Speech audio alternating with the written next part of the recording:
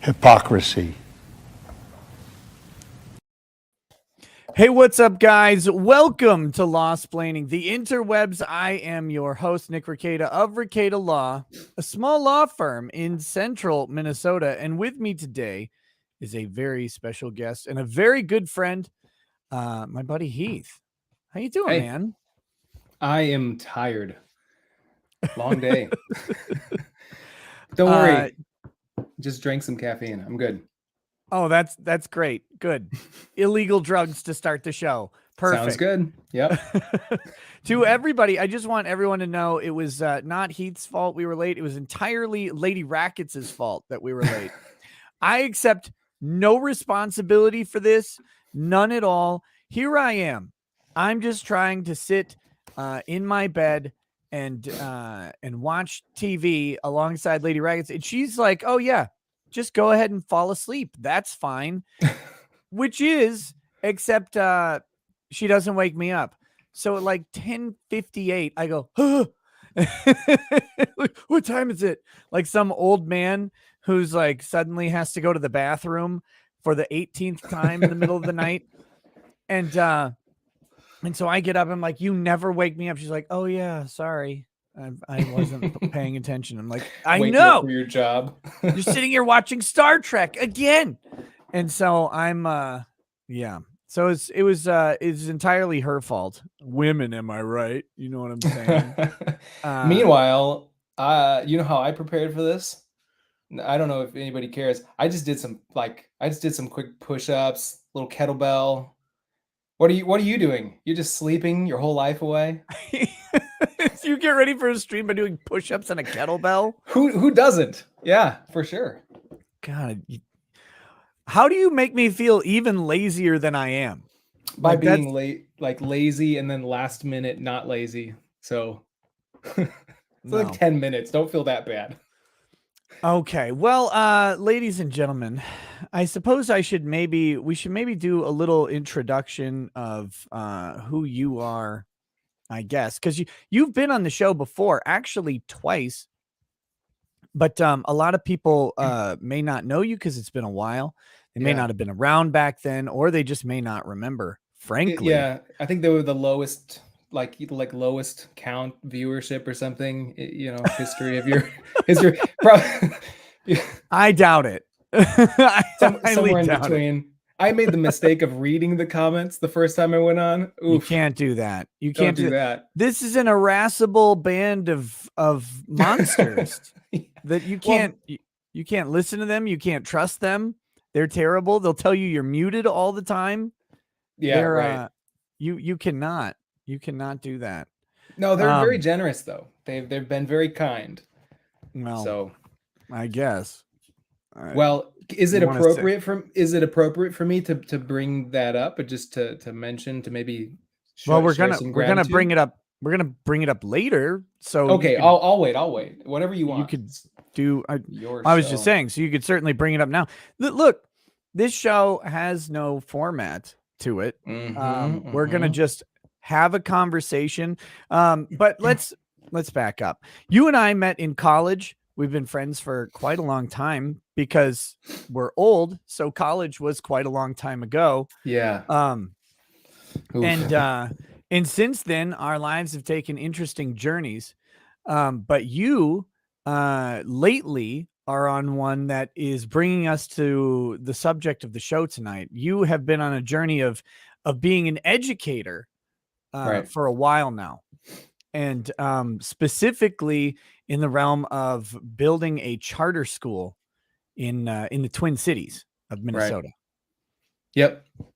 Yeah, exactly. You want me to give a little background to that? I won't try to bore people, but it'd be great if you contributed to the show at all. So sure, I'll do my best. I mean, here's the thing, and the reason that I am excited to be on is because I don't always get to listen to your whole show, but I've heard you get into your rants about school choice, and I've often wanted to be a part of them.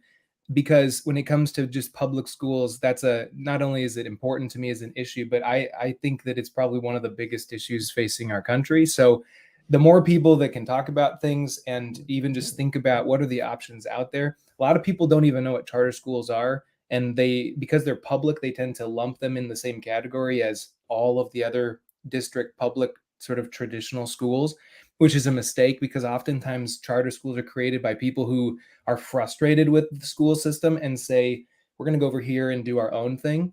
So my experience has been, so I started teaching, I don't know, over a decade ago, teaching in a variety of places. I've taught in, as an adjunct professor in at a college level. I've taught, sixth grade, seventh grade. I've taught high school. And most recently, a friend of mine about 4 years ago, I had this idea that, hey, we live in this part of the Twin Cities where there are just no school choice options. I mean, there were at the time a handful of really small private Christian schools, but like really small, and then two of those closed. And so it was just like really big districts, and a lot of people were happy with them, but Right. Yeah, a lot of because people weren't. well, So we should say one thing about the Twin Cities suburbs in particular is a lot of them do have very good they're high rated public school systems, right? right. Like as far as if you're looking at public schools across the country and you're like, where should I raise my child? To go to a good public school, if you're looking at ratings, I mean the suburbs of the Twin Cities do pretty well. Mhm. And if you're looking at them like versus Detroit Oh or yeah. Milwaukee Right. or a lot of these metro areas, you could do a lot worse. So Yes. you get a lot of parents who are passively okay with the public school system because it's rated well. But of course, the problem with that is always who does the ratings. Yeah, well, that's part of it, but I mean, I think you can give credit where it's due here. I do think that like maybe not recently, but let's say within the last couple of decades or even before that, Minnesota's done a fine job with their schools. I mean, it's not like they've been um some of the things that we can talk more specific details about, I think, problems with school, which maybe you've talked about before on your show. But a lot of these are really recent problems. And so if you're just talking educationally in terms of like how students performed on standardized tests, or maybe teacher satisfaction, or, like pay scales or something like that for teachers, Minnesota's done okay. Like, I don't think we're number one, and maybe I guess I'd have to look at the numbers, but there's been a lot of really positive things historically speaking. And I think part of the problem, if there is, I think, a problem right now, you mentioned it, that there's some there's some casual attitudes towards school, because a lot of parents are just taking it for granted that, hey, this has always been something that we just didn't have to worry about, and it's been okay. Like, or they might say, I like, this is actually my attitude, or at least it used to be maybe 10 years ago. Well, I'm a product of public schools, and I guess I didn't turn out that bad, so why not let my kids go through that? And I think a lot of parents that are my age, your age, and younger have those similar sorts of feelings. And the problem with that is there's recent changes, there's recent trends, and they're not everywhere in every school, but they're popping up more and more. And the bigger problem is that a lot of these trends, and I'm going to just say like ideologies, whether that's an ideology of how you educate or what you should educate about, What but are you talking those about? There's none of that going around. You're but there but you're playing the you're it's playing not so coy. it's I am okay. Well, I'll start naming some things, but like CRT, anything to do with gender, sexuality, all of these hot button issues, racism, all this stuff, it's not coming from public local schools. It's coming from the teacher training hubs.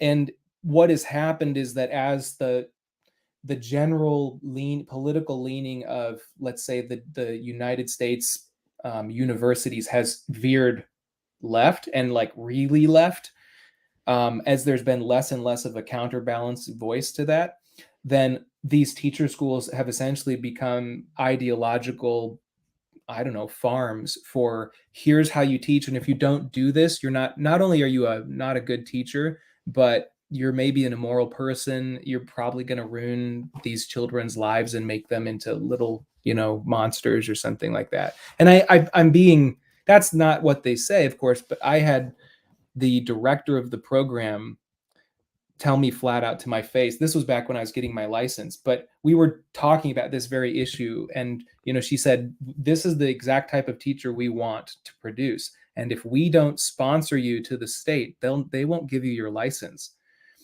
And so in order for us to sponsor, you have to affirm and commit to these values. And if you don't affirm to every one of these things, and I said, the truth is there's going to be things that I like, there's going to be things that I don't like, and then I pull from somewhere else.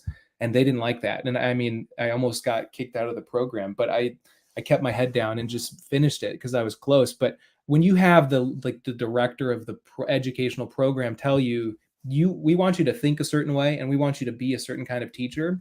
And if you're not, well, then, we'll derail your career. Then, So, it's not subtle, right?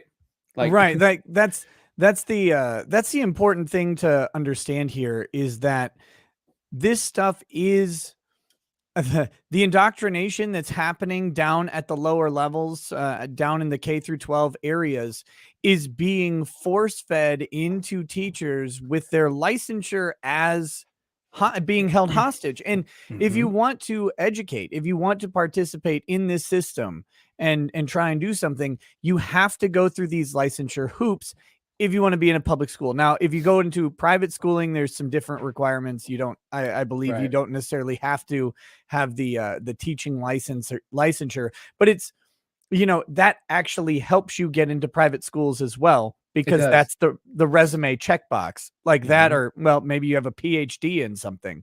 Yeah. Right. Well, and do you remember, this was years ago, and I remember you and I having conversations where we were literally talking about, do you have an actual legal case against the school for preventing you, or like for derailing your license? Like, I don't know if you remember that conversation. Oh, I do. But and it, what was great was that at the time there were actually, I think you discovered there were other lawsuits going on where a lot of other teachers had been denied their licensure through the Board of Education in Minnesota. Some of these teachers had been licensed in other states, had come in and tried to get a license, and Minnesota denied them very arbitrarily, or they entered programs and then, there were just these arbitrary standards that they had, like hoops that they had to jump through. And so it ended up being taken to court and they revised their system and it's supposedly better. I don't know if that's true or not, but the point to take there is, people are still there. That's right. It's the same people who are making these rules. And like, it's one thing to say we want teacher quality, and I'm 100% for teacher quality, but I would actually go so far as to say, I was just talking to the director of the school that I work at, and he was like, I'm probably smarter than you are in terms of just my breadth of knowledge. And it's not because he's older, it's because when he went to school, they actually taught more. And when it was harder for him to go to like his graduate degree and to pass that, whereas for me, like, I barely tried and I got like I don't know, 4.0 most of the time. And it wasn't a hard, rigorous thing. So to think that what we're doing is creating rigorous, hard, critical thinking teachers, we're doing the opposite. We're like softening the critical requirements for thinking skills and for content knowledge, for actual like brains. And what we're instead doing is saying like, oh, okay, like, how are you culturally though? Are you responsive? Do you have all the buzzwords? Can you talk about, whatever these doctrines are? And then you've got the go ahead. So it's a reversal of, I think, what needs to happen, but it's just dumb. It's not just dumbing down the teachers. That's of course washing into the districts and the schools, and it's dumbing down our kids. And I think you can see that. I don't think the argument is really in question when you look at our scores compared to other schools, but it's or not other just countries. it's not just dumbing down the kids, right? Well, first of all, let me just say I don't trust the other country thing either. No, yeah, Because for sure. Like it's a bunch China's like bunch of fucking communists out there deciding what what is a good school. I don't really give them any credit either. But Although in Singapore though, I believe Singapore. Like anything Singapore says, it's like, oh yeah, no, we slap you on the wrist for that. We crossed you jaywalking. It's like you're in jail. Go. it Like they're literally serious. shows like South Park in Singapore. That's right. It's illegal to have and watch them. Yeah. But no, so I don't really, that's one thing, but this idea that it's not just the dumbing down, it's the ways and the reasons that things are being dumbed down. There seems to be, to me, less of a focus on just educating children and more of a focus on all these extrinsic issues, these moral qualities that the school is trying to impose into the kids, philosophies about perspectives on socioeconomic issues, political issues, and then more appropriately, or I guess more inappropriately, as it may be, philosophy about just ethical and moral issues that differ amongst different belief systems, amongst different people groups, amongst different countries, and it's like, okay, they're trying to homogenize in a very particular political way, all of children. Yeah. Well, yeah, and I mean, we can get into that, I suppose, if you want. One of the do. Well, I mean, here's the thing. I'm not going to be super original on this because there are plenty of other people who are, I think, doing a better job of diagnosing some of this stuff. Like Jordan B. Peterson has really started attacking the whole DEI, diversity, inclusion, and or diversity, equity, and just inclusion. Because lobsters get together into groups and they have discriminatory tendencies naturally built into their brains, and since we share lots of DNA and ancestry with lobsters, that's that's a pretty spot on. But I mean, but he's not wrong though. Like one of the critical mistakes is that we're starting to accept this notion that any sort of hierarchy or ranking is somehow immoral inherently. But there are other more insidious things, and James Lindsay, you probably know him, but he's probably done the best job of just collecting a really comprehensive, from the very beginning, a comprehensive insight into, like, it's not a lot of people, actually. It's probably just a handful, a few hundred here and there, but they're very intentional. They're very sneaky. They have some real agendas to say, we're driven by certain values, certain doctrines. I think Lindsay would call it like a type of cultural Marxism, and I don't think he's wrong there. But critical theory in general is a flawed way of thinking about the world. And it's one thing to talk about it on an abstract theoretical level. It's a whole other thing to start implementing actionable policy. Like, let's run our school, or let's start teaching a class based on this theory where everything has to be seen through a single primary lens and no other criteria can be considered. We're just going to assume this, right? Like that's a flaw in logic. Right. It's a huge flaw because, again, I will say, and the chat always burns me on this, but that's okay because I know that I'm right. But critical theory in and of itself exists not to be a primary lens mechanism for looking at things, but to I look at it more of like one of those dragonfly eyes, or almost like a kaleidoscope, where you're supposed to, where you have all these little individual boxes of lenses, and each one can be an individual critical theory. And when you apply multiple critical theories to a particular issue, you can draw different conclusions from it. But that's not what's going on. No, right? Not at all. They take one, for example, critical race theory being the extremely prominent one now, and saying, well, everything that involves or everything involves race. And when you add that in the US especially, everything involves race, in where the white is the oppressor, the minority is the oppressed, and there is no going around it. And all systems are built around this, and all systems conform to this notion, no matter what the efforts are. And even the efforts to countermand those are built on a history of patriarchal white oppression. Right. And it's like, well, that's not what this is. That's not the appropriate use of this tool in any way. Yeah. Well, exactly, and you can take it a step further on an abstract level.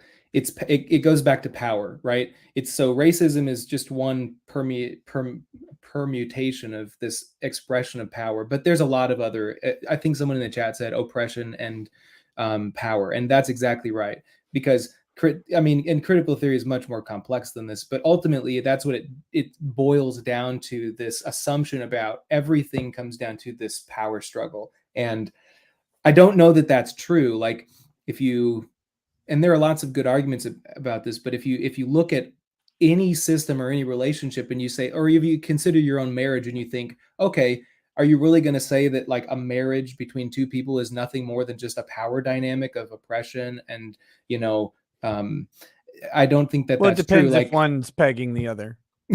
well, right. But I mean, but fundamentally it's an agreement, right? Like Yeah. there are compromises. And I don't know. I mean, to say that everybody is just sort of either a 1 or a 0. You're either oppressed or you're the oppressor. It's like, no, nobody's that simple. Nothing Well, is that I simple. choose oppressor. Do you? Given the choice, like, look, if given the choice, I'm But is taking, that? I'm Yeah, taking the right. better option here. But is that the 1 or the 0? Like that's what I want to know. Like which part of the It's the dichotomy? hero. That's what I know. Here, let me read a Yeah. couple of these chats that have come in. I want to try and stay on top of these as the show goes on. But plus, I think on this topic we may have some interesting stuff come in from the audience as well. Unlike other topics, audience. C4 Own says, well, we know Heith isn't. Wait, no, that's not. The first one is from Potentially Criminal. It says overdue and of undetermined sexual orientation. Yes, thank you. Latent, very latent gay. C4 Own says, well, we now know that Heith isn't a fat like a certain very large nose. Hey, I ate a cookie right before the stream. Leave me alone. It was just one cookie. I ran upstairs to get some protein. Like you didn't just power up with a little scoop, a couple scoop of, just a scoop of whey protein. I literally just sit here atrophying by the day. A scoop of whey protein is just fat waiting to happen. Yes, like so. Sure. So I actually try to have nothing. Like I just don't eat. I absorb. I'm a breatharian now. Yeah. Just absorb all of the calories through your nose. Right. Well, I didn't mean that to be an insult, but sure. it was. It was a good one it's fine. too. When I breathe in small creature, like it's genocide of various colonies stuck in the. Mike, the dad Crosby says ideology in private schools in Minneapolis and suburbs is going wrong as well. Both Blake and Breck have fallen victim. I fear some of the ideology will spread to erode both schools' standing in academics. Same training. Okay, I don't know what Blake and Breck are. Are those private schools in the Twin Cities? Yeah. They're like they're like the really expensive ones, the highfalutin ones. I can't remember which one. I'm not sure if it's Blake or Breck, but one of those, I think it was Palenti's children went there back in the day. I don't know if they still do, or I don't even know how old his kids are, but they're very high level stuff. Yeah, I'm a man of public school education. Just a humble Lake Villain. Our school was we had issues. Our school became famous at one point because someone took a bunch of ammonia and spread it across the football field in a very distinct pattern that started with an N and ended with an ER. Nigeria? Wait. Yep, close. Niagara. I'm gonna get it. I'll think of it. You just keep. Unfortunately, the English department at the Lakeville Public School was pretty decent, so the person could spell. They could actually spell the racial slur. Spell anything wrong. Oh no. But yeah, so Lakeville's an interesting place. But you saw what happened in St. Cloud. I can't remember which school, but there's a big problem, I don't know, maybe a lawsuit even over kids at a basketball game. Did you hear about that? And they were chanting They were doing the you remember when you and I were kids, it was cool to do the whole like grunting, like ooh, you know, that kind of thing, when you wanted your, like, you were trying to rally or something. You remember that? Sure, like the Like sound in Who the Let the hooting. Dogs Out? Yeah, like who, yeah, that who let the Yeah, dogs out, okay. who, you know, whatever. Right, okay, And yeah, sure. so a couple of kids were doing this in the basketball game, like a group of them to cheer on their team, and somebody like interpreted that as though they were grunting like monkeys or something, and Like an they African thought it was, tribe or yes, something? yeah, they essentially said this is an African slur, and it's like a legit scandal. Like Were I'm pretty sure there's a lawsuit actually.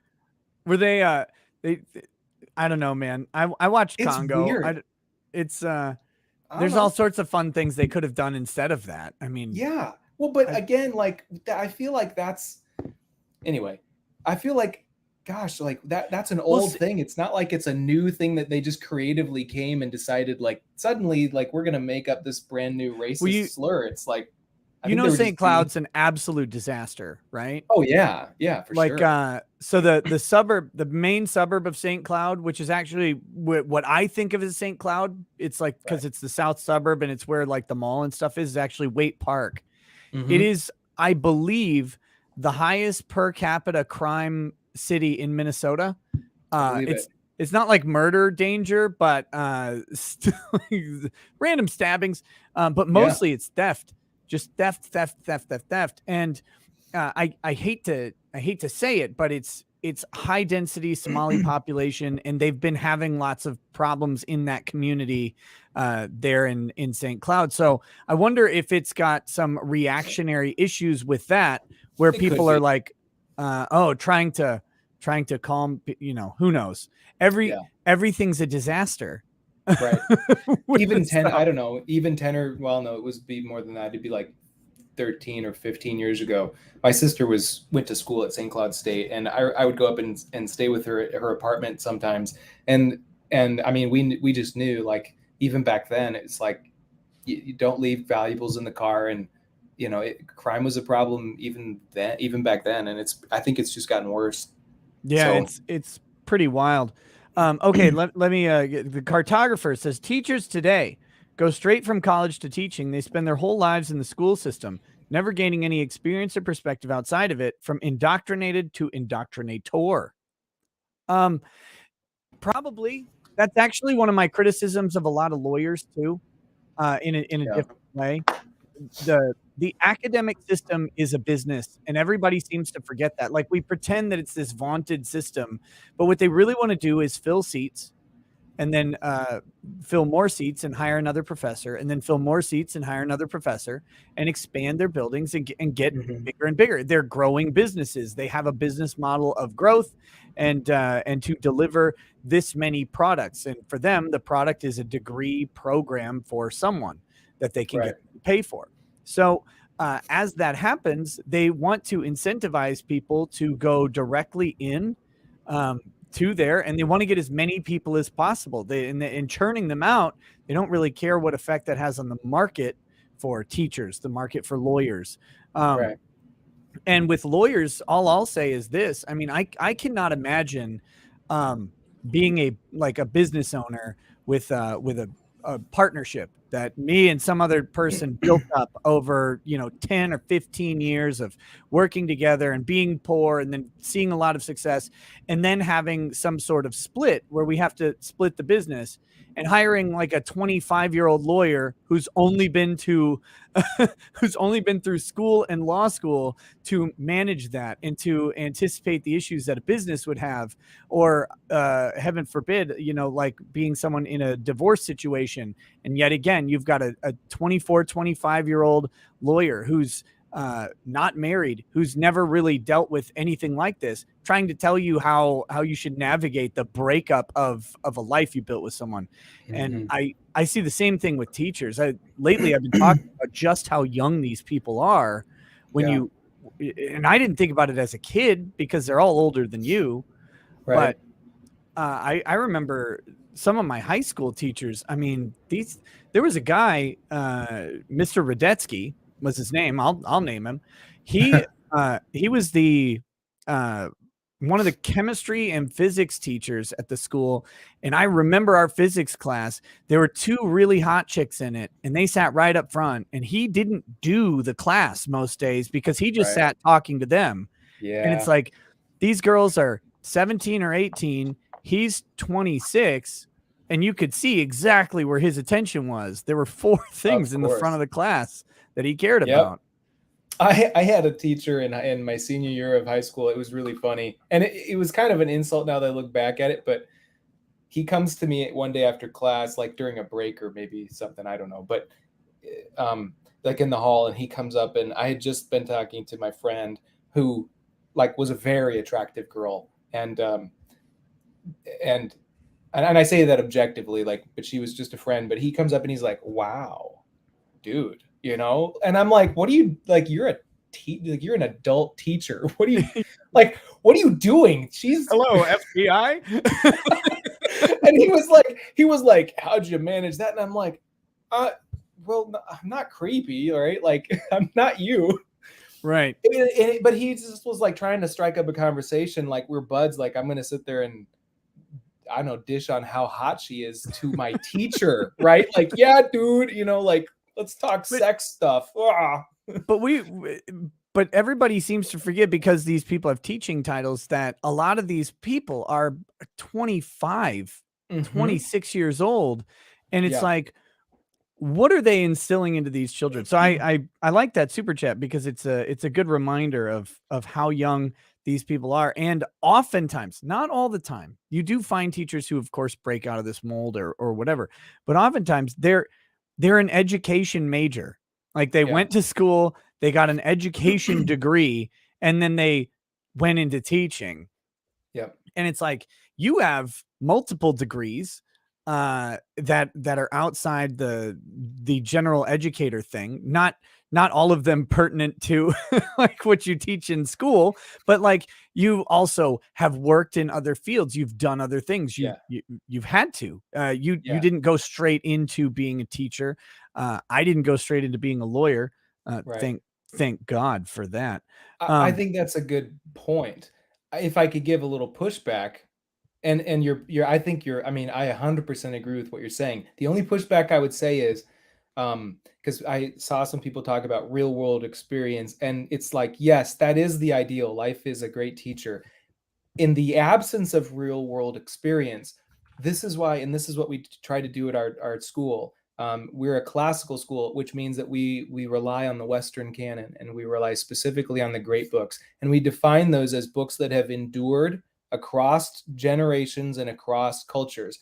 And so it's like, if you don't have life experience, that's okay, because if you go to a book, you can get life experience through the book. I mean, like, this is not a new idea. Like, you can live lives through other books, and by choosing the best books that humanity has to offer, your kids can have an inexperienced teacher who's like bringing a, you know, I don't know, like something Tolstoy wrote or something that Charles Dickens wrote, and it's like they can talk about it and present it to children, and they're still getting the benefit of that wisdom, and it's the guide, right? So the teacher, it can have a deficit of experience, but the great books are, not only are they mostly gone in most places, like places that call themselves liberal arts used to be, that was their gig, like, we're going to read a bunch of the great books.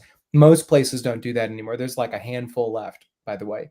So it's not even what it says it is. When I got into law school, one of my classes, it was the first week. The classes weren't all on the same day, so it was the first day of this class, and we had to do introductions. And one of the girls in our school, in the class, had gone to I think it was a private college, and the way she said this sounded so absolutely pretentious that it was just perfect. She's like, "I went to such and such, which is a book school where they teach using books." And it was like, right.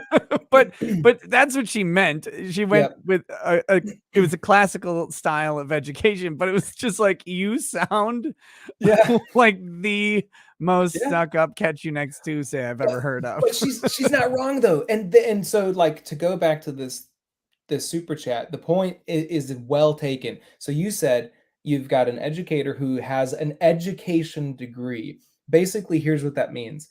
It means you're going to go to a bunch of classes that are going to talk about educational methods. And all that means is let's evaluate trends in education. Like the most, like, and I had to go through the similar program after I had already achieved a number of other degrees or whatever. But to be licensed finally to work in public settings, you have to jump through these hoops. And I mean, it wasn't until like the second or third final class that I took that we actually read a book about, not actually reading Plato's Republic or reading Socrates, but we actually read a book that told us about, oh, hey, by the way, several thousand years ago, these people created the ideas upon which not only are most of Western concepts founded, but where our Western ideal of education came from. And you obliquely get it at the end of your education, and not even firsthand, right? So what you have is teachers that are taught like techniques to teach, not actual content. And then they go into a classroom setting, and then they're given curriculum which says, okay, do this, and then that. They don't actually say, hey, here's a book. Now I'm going to open it and I'm going to read it, understand it, and then disseminate it to the kids. So you've got like a multi-layered problem, and it's not even the teacher's fault. Like, they're doing the best they can. They're just literally failed. Like they have been failed. The system failed at them, every yeah. level. The system failed them, right? Like, it's not. Have you considered, this is off topic, but I want to ask, have you considered teaching the children through the Horus heresy? just Warhammer, just destroy their spirits in the grim dark future of the 30th millennium. A school based on, no. What's your main curriculum? Well, it's mostly the Horus heresies, but sometimes we get into Warhammer 40K over here. I don't even know the world well enough. Did I do it right? Yeah. I don't Have know. you heard of a chain sword? That's one of them. I've read a whole unit. One of those books. I liked it, but it was like 15 years ago. Yeah, I know. think I still have lent it to you. I know. I think I still have it. I don't know. You probably do. I know. It was great. Okay, Mike, the dad Crosby says many schools today teach what to know, not how to know it. Well, it's like that old saying, right? If you build a man a campfire, he'll be warm for a couple hours. If you light a man on fire, he'll be warm for the rest of his life. Pretty sure that's biblical. Yeah, for sure. Okay. Renee Villarreal says critical theory is a lens that's supposed to be used so you can dissect and view certain things from a specific view. It's not meant to be an ideology you live your life off of. It's mostly to deconstruct. Yes, exactly. That's exactly right. Very good. It's exactly what it is. And that's why I say that, like, if you want to explore different critical theories in college as like an elective course or whatever, great, go ahead. Use your abstract mind and explore whatever the hell you want. You're paying for it. It's your education. Go do that. In K through 12, it has no place. None of the critical theories, by the way, have any place in K through 12 education. Nick Afifi says, I love critical theory. I think we should question and re-examine all of these parts of societies that we take for granted. The fact that all critical theorists just so happen to have the same solution, communism, is what makes it sus. Right. Yes, it's great. So here's the problem we've identified with this, and the solution is centrally planned economies. Right. Fantastic. Constitution Vet says, I have an archive of homeschooling resources on my channel and website. If anyone's interested, I'll be happy to share them. There you go, guys. You can check out Constitution Vet. Just make sure, buddy, that you are within any sort of copyright obligations. Wouldn't want to get in trouble for that. Trivia Aficionado says, hey, Nick, it's Books, Games, Pottery. Hey, what's up, Books? I grew up homeschooled, then became a public high school teacher. After 8 years, I've formed many opinions and come to a very important decision. My children will never go to a public school. Yeah. I right now, I can't see how, and I've got a dilemma in that one of mine keeps saying that they want to go to a public school. I think, Right. and it's like, I keep telling them, like, you realize how much of the day you do not have when you do that. But it's that's an interesting dilemma. Zombie Well, licorice. Oh, yeah. go ahead. Well, all I was gonna say is, I mean, I don't disagree. That's part of the reason why I started a school. It's not a private school. I toyed with the idea of that. The private schools are really difficult to start, and the main reason comes down to money. It's Yep. really, really hard, and it's like, when you're asking for 15 grand a year for people to fork over, and that's, by the way, really conservative. Like, that's a fairly That's cheap. affordable private education, but Hmm. a lot of schools will really try to do that, or they'll get scholarships, and it's still a lot, and it's a lot to put on the parents, because so here's the piece of the system that needs fixed. If you could just take the money that goes to a public school locally, like wherever your address is, and then in that district, if you could take that money that's supposed to follow your student, and if it actually followed your student, then you could support something like private schools, or a school choice much more affordably. Until we're actually willing to take that and like really seriously petition for change, and that's going to be a major battle because the unions won't want that. School districts hate the idea. Then Oh your yeah. best option is charter schools. So my only pushback is charter schools are public, but they are allowed flexibility with curriculum. They're like experiments For where now. it's like, for now, that's part of the problem, is that it's maybe not going to be forever, but for right now, it's like the one option that remains if you don't have the finances to privatize your education, or if you can't stay at home and do it yourself. Charter schools are a great option often, and a lot of people find them happy, but they're very much an endangered species. So Yeah, and I want to what I want to do is talk about the charter school that you're with, and talk about the differences in just a minute. I got two more chats oh yeah, to sorry. hit first, and then I want to do that because I think it's interesting to illustrate like what can happen within the system. Hmm. But is one of the reasons we're talking tonight is because there's an attempt to jeopardize that, at least in Minnesota, right? Yeah, This is yeah. Minnesota. Let And so me we're gonna Yeah. oh, Yep, that's right. I was let gonna say let it's you what? actually, well, it's actually US Department of Ed, but so it's a Oh, so federal it's thing. Yep. okay. So it's at the federal level, Yeah. even worse.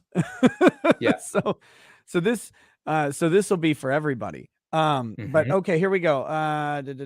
Zombie licorice says, "I heard you are a fellow narcoleptic. Yes. Do you have cataplexy, or are you one of those lame type 2 narcoleptics? Thanks for the entertainment. Let's pin all the maps against the wall."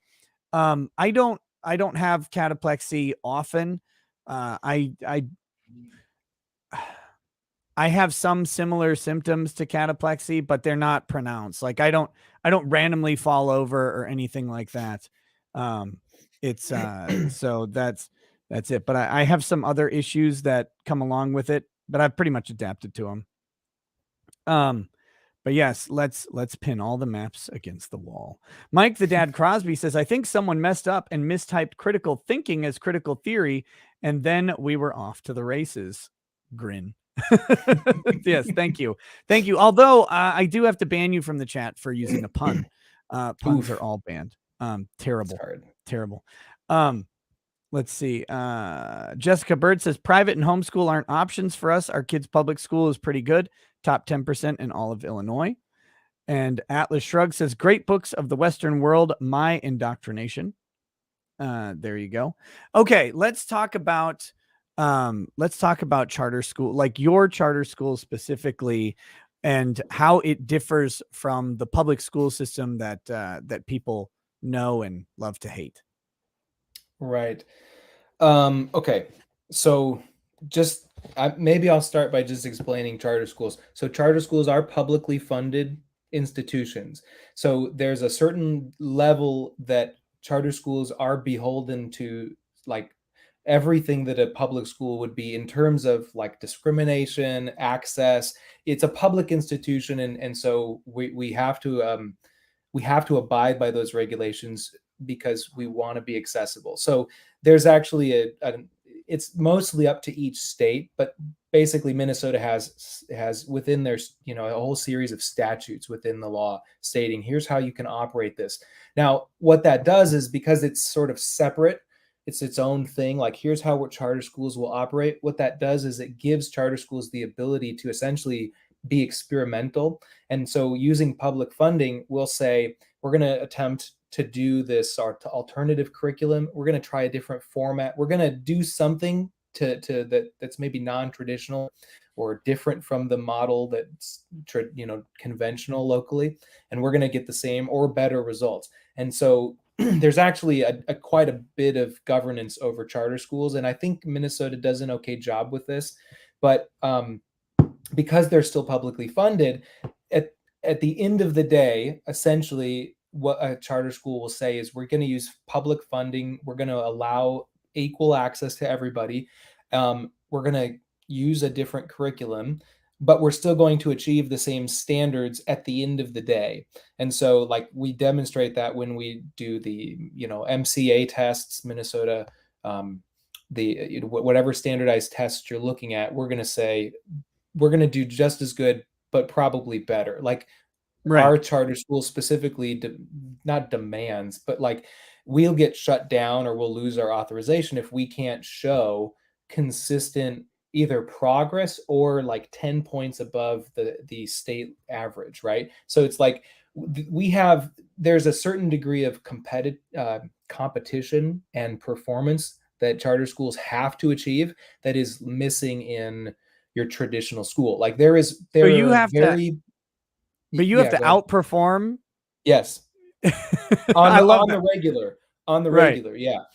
It's not as hard as you might think in some cases. In like Minnesota, it's probably harder than in other places, but by and large, and somebody in the chat mentioned Thomas Sowell, Sowell, I think. He's wonderful. Cool. He's written a wonderful book called Charter Schools and Their Enemies, and everybody should read it. And one of the things he talks about is that universally, and if you look at the data nationwide, everywhere you look, charter schools are outperforming the traditional public schools. Now, it's not to say there aren't charter schools who have really been bad or have failed miserably, because that happens a lot, just like with business, right? But those that survive and exist into, you know, multiple years generally do better. So that's probably the first distinction, is simply that there are very few incentives for local traditional district-run schools to perform. One of the biggest criticisms that has always been leveled against them is that there's no competition. So open up competition, or like with teacher performance, right? You have unions saying, no, you have to guarantee teachers have a job. And people might say, you know, they might say, yeah, but what if you're an ineffective teacher? They'll say, you know, Well, and it's but like, that's right, not their fault. And that right. doesn't mean that they don't get a job. I mean, that's just silly. Right.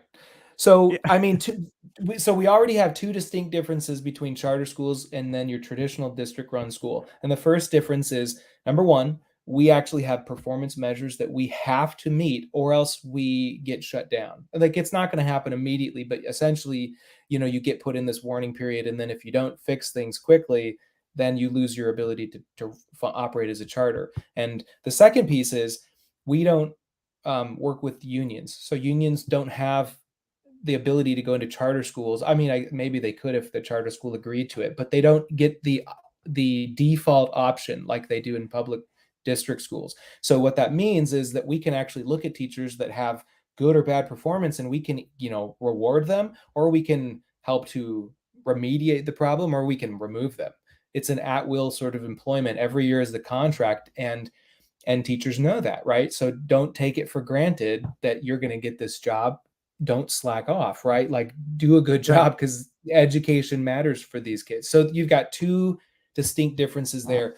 My school in particular is a classical school, and I've already talked about how we emphasize these great books, which, and some people in your chat has this idea of like, they've mentioned a lot of really good books, like, you know, I think people mentioned Tolstoy, and some people mentioned some poetry by I think would go Wordsworth or straight to a something, Russian, wouldn't you? right. I love Russian novels. I love Russia. Oh my God, we have a bigot Uh-oh. on the show. Don't you know that Tolstoy and Dostoevsky, they can't be taught right now because Putin invaded Ukraine? They have to be taught. No, did you hear about this though? Like Huh? you can't. What? Putin invaded Ukraine. I assume you've heard of Mhm. that. And then yeah, there are Yeah. places that are removing Tolstoy and Dostoevsky from curriculums. There's Well, places that won't play like Tchaikovsky, I think, music in their that makes music no sense. programs. That's just a bunch of people randomly reacting. It's like this whole like, No, let's because boycott Russia, right? Leo Tolstoy, he's really cares about Yeah. Putin policy, He's been right? dead for a few, like 100 and some years. But well, I can talk about Tolstoy and Dostoevsky all day long. I mean, those people were not only were they visionaries, but they were really they were actually discussing and warning against some of the things within the Russian aristocratic circles and even some of the trends in their political circles. They were writing about those things way before they happened, and in some ways they tried to warn Russians, and obviously they didn't listen. But but my bigger point is, like, your chat had some great examples of what I would consider great books that have stood the test of time. They've translated across cultures. People have found them valuable across time and place. And so one of the things that we're really trying to do is we do have curriculum, but we really want great books, right? So the most well written, the most valuable books in human history from the Western canon, right? We want those to form the backbone of our curriculum. Why do you Um, hate the East? well, and that's actually a fair question. It's really about two limitations. Number one, do you know any Eastern languages? Like, number one, do you know Mandarin? Because if you Yes. don't, well, then there you go. You're either forced to learn it or to translate everything, and both of those are tough propositions. The other question is, well, maybe it's not a question. It's just sort of like, why not get a handle on the books that formed your own tradition in your own culture, and then maybe after you have that, then go and be in conversation. I love the idea of You doing that. you had wrong answer. God. I The should answer have was been joke, simple. but It was, have you even read an anime? That was the answer. That anime. see, I served it Low up for low you. hanging fruit. I served it up for you, and there you go. No, okay, it's Yeah, fine. anime. Uh, No, that's fair. That's fair. There are great Eastern. Like, this is not to say that the only people who were smart or the only people who wrote good books were people from the West. That's not what that means.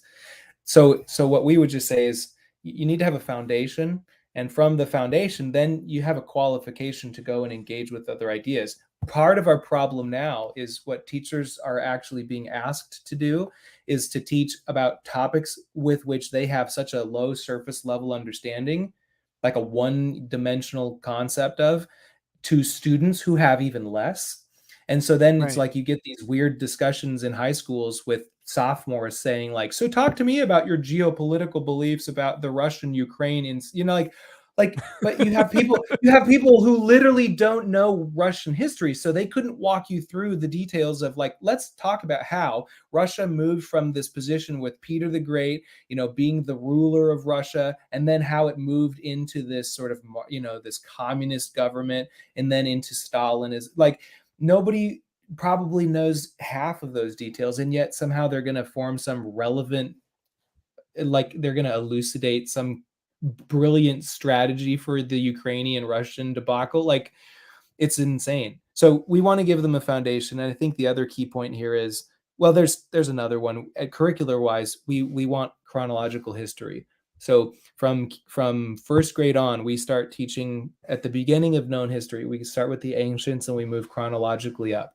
Because if you don't have that foundation of history chronologically, how really can you talk about anything? Like, that's the number of gaps I have personally in my education, or that I've discovered with history, is astounding. And I would wager most people our age probably have similar gaps, because there was no systematic approach to it. So we're So trying you to start in rectify. You start in kindergarten by reading the Iliad. Yes.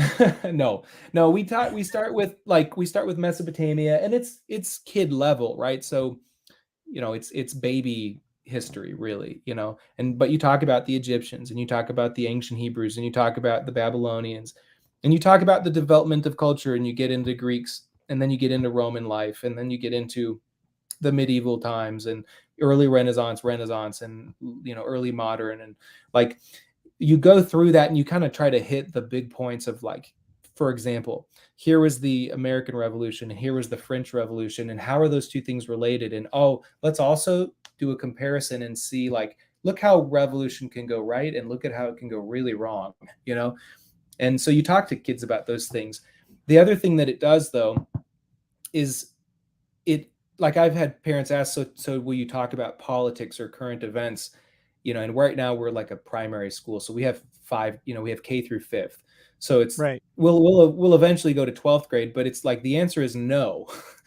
And there's a lot of reasons for that. But one is, mostly what we are going to do is, when it comes to like current politics, when it comes to ideologies, when it comes to like actual, like, let's say, faith-based morals, or other types of sexuality morals, we're going to say that's the parents. So we're doing two things. You don't say gay in the classroom? No, we don't. We no. We wait. Hold on. Well, what about when you're what about when you want to tell your children about how excited you were to come out and marry your husband as a man? Like, what about when you just really can't stop doing that to your second grade class, like, because they really need to know about it, right? Right. Well, that's the point. I mean, and so this is why you stay. Let's start with the old stuff, because it's like really hard to get worked up. It's really hard to get worked up about like political climates from the 2000 BCE, right? Like no one cares about that anymore. But I mean, and I think this is important, and perhaps people in the chat would care about this. There's such a distrust between parents and schools, and it's like you're on the side, and most of your chat is these schools can't be trusted, and I would agree with you 100%. I actually would say that while at the same time thinking that there's a lot of really good teachers that are stuck in that system. Some of them know it and some of them don't, and that's a big problem. On the other side of that, I would say there's a lot of parents, not parents, there's a lot of teachers that don't trust parents, and that's a big problem too. And so I routinely encounter teachers that want parents, like, go away, like, you don't get to look over my shoulder.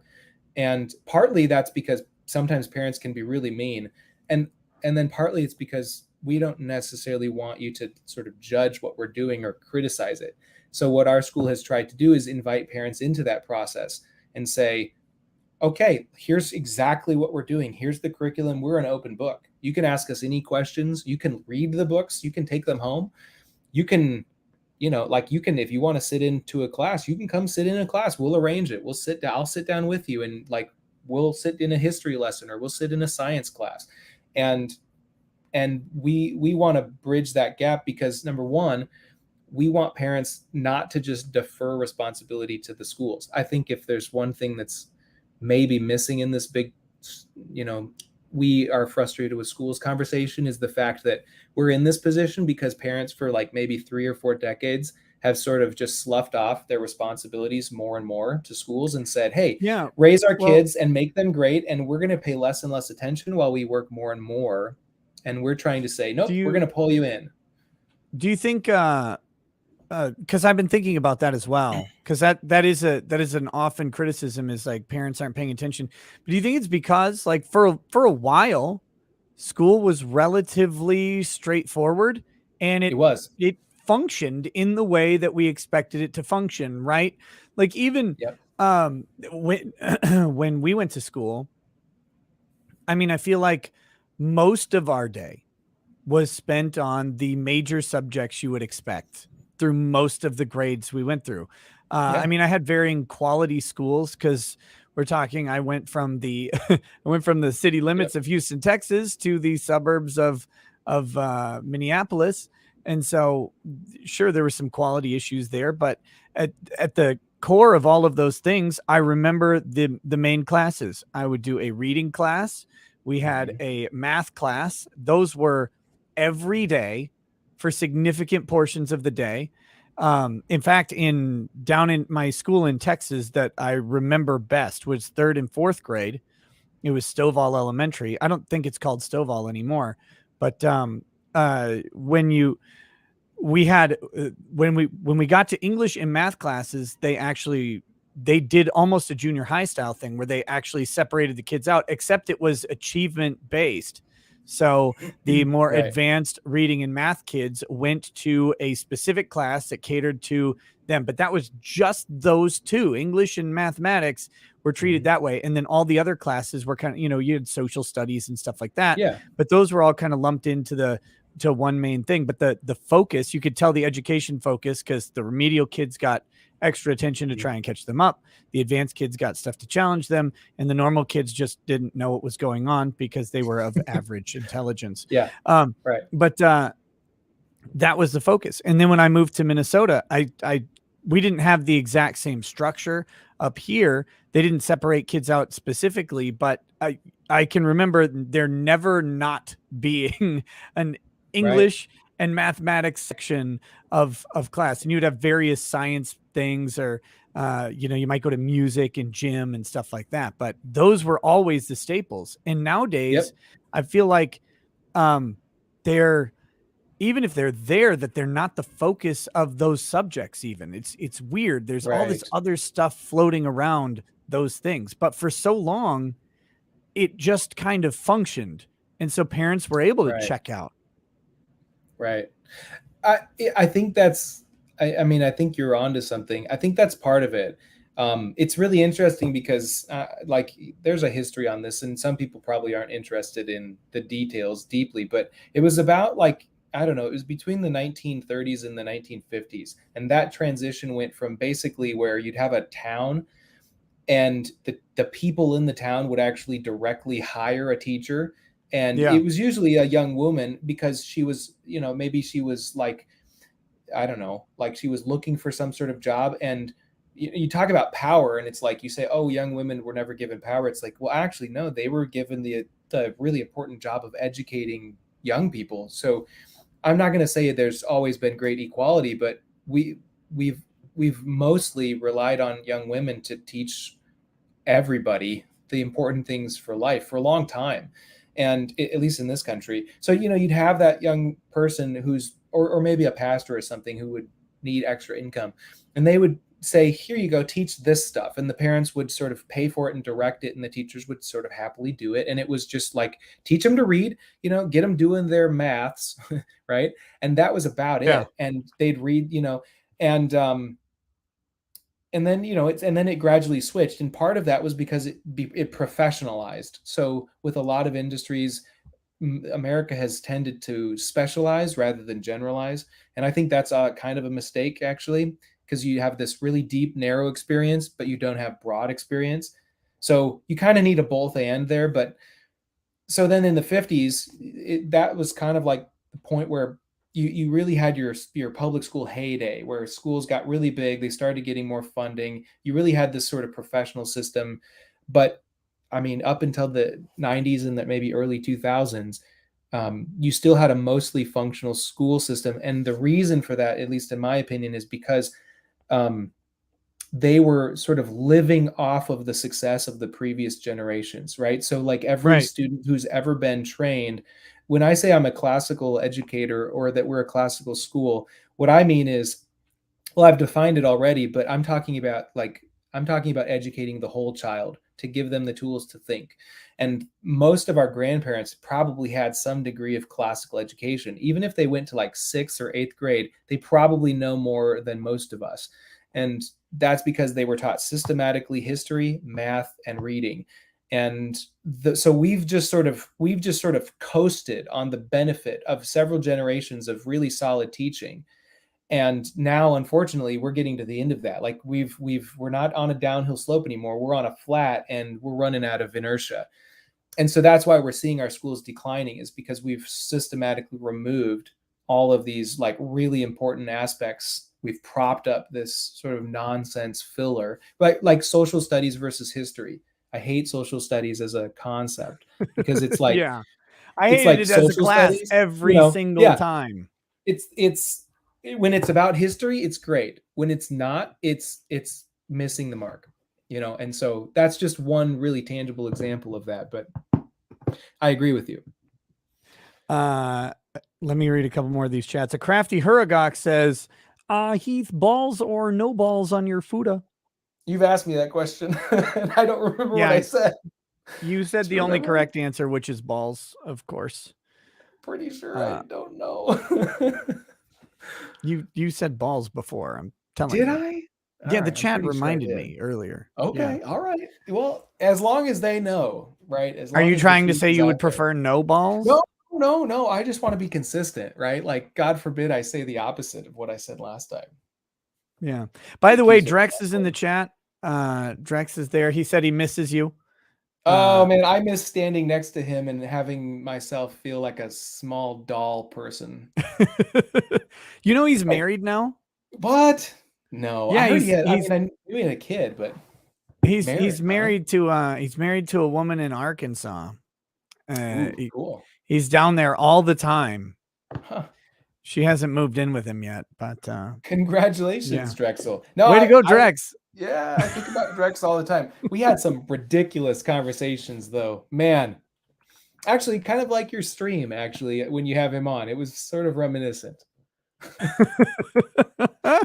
It's like walk down memory lane when 15, 20 years ago.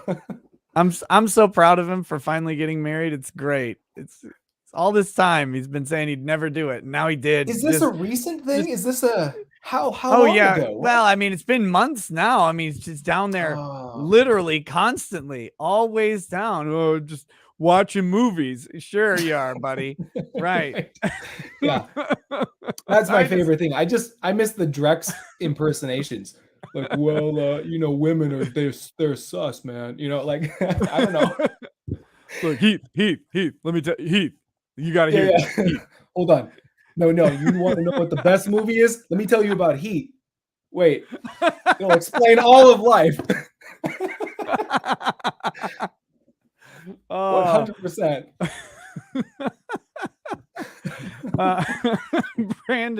Brandon James says kids need to learn how to evaluate ideas logically and specifically, not dogmatically, how to think before speaking, and that outcomes matter more than intent. Yeah. Yeah. I agree with most of that. MGTOwn or Drex says, don't listen to these lames. My no marriage policy is lifelong. Yeah, sure. All right. Cool. That's funny. I don't believe it. Yeah. Oof. Well, Can we tell people that Drex used to write poetry? Oh, did I out him in some, like, has he lost some credibility here? Yeah, Drex, what are you, gay? He'd always say that it was street though, right? Like I'm sure it was always legit. I probably have some of it somewhere. I probably kept it just for, blackmail material or something. Blackmail material. Oh my God. It came out. I didn't mean to. Just it's how it framed. Wow, I don't know if I can have you on this show anymore with that kind of commentary. Well, okay. Let's see.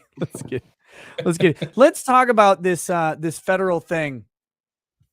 Yeah. Let's talk about this federal thing and figure out what the hell's going on with it. This federal bill. You emailed this to me, and yeah, I'm gonna pull it up, but can you like briefly explain it? If I put, like, I don't really want to. It's a freaking PDF, right? And it's a lot of pages. Well, okay. It's here's just the thing. So one of the themes that I think we've talked about on and off throughout this whole conversation is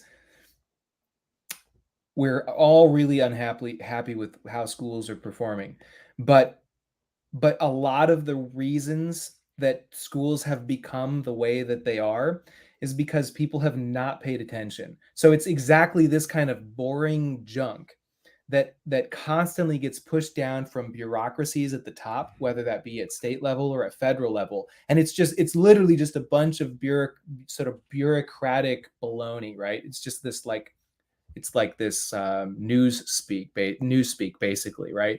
What does it mean? It's ephemeris and vague, and it sounds innocuous.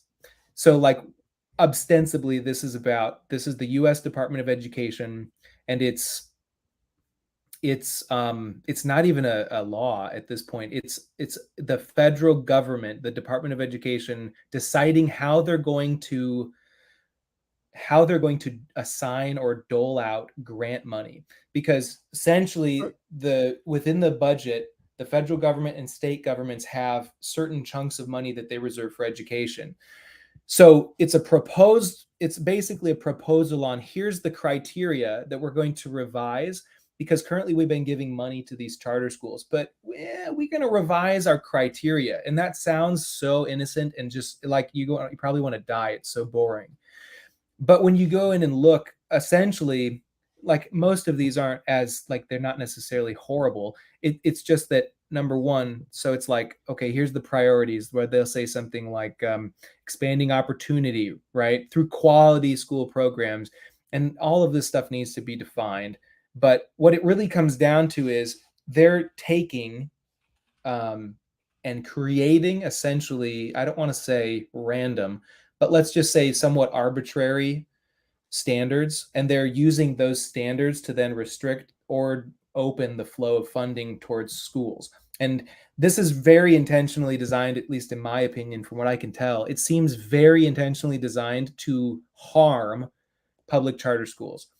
Right. And So real quick yeah. though, how this is coming in, we saw this yesterday when I had Benjamin Blatt on, and we talked about the new firearm regulations that ATF, the firearms rules that ATF is promulgating, and they are coming in through the Federal Register. So there's the United States Code, which is the laws that are passed by Congress, and then there is the CFR, which is the Federal Register, and it is the regulation.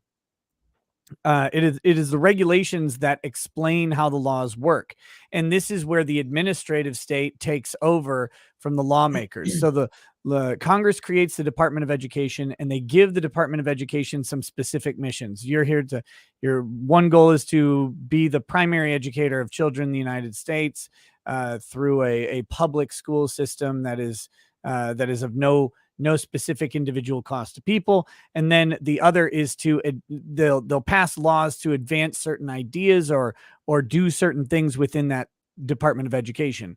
And then the DOE, they have people who write the regulations on how that is implemented. And depending on how broad Congress leaves the mission, they get to implement that mission kind of however they want. And so long as it's tangentially related to the overall thing. So this isn't a law that's being passed. It doesn't need congressional approval. It goes through the administrative state, and it goes through their different approval process. And so that's how this rule is coming down. So the name of it is this: Proposed Priorities, Requirements, Definitions, and Selection Criteria, Expanding Opportunity Through Quality Charter Schools Program, CSP, Grants to State Entities, SE Grants, Grants to Charter Management Organizations for the Replication and Expansion of High-Quality Charter Schools, CMO Grants, and Grants to Charter School Developers for the Opening of New Charter Schools and for the Replication and Expansion of High-Quality Charter Schools, Developer Grants. So these are the programs that they're developing and what they're called. And if you know anything about how lawmakers and rule makers write rules, they name them attractively so that people agree with the concept. And then, but it's actually this part that matters. Their proposed priorities, requirements, definitions, and selection criteria that are coming in. So, and they always do it with the stated objective of, we're going to expand opportunities. Now, part of that, of course, always, I mean, this is typical, but it's like, how do you define opportunity, and what part of opportunity are you prioritizing and for whom? So, okay, so I'm not going to walk through the whole thing, but some of it is innocuous and it probably doesn't matter. But like, they say things like proposed requirements. Now, let me back up. The requirements to open a charter school are already extensive, Right. rigorous, time consuming, and like 30% pointless.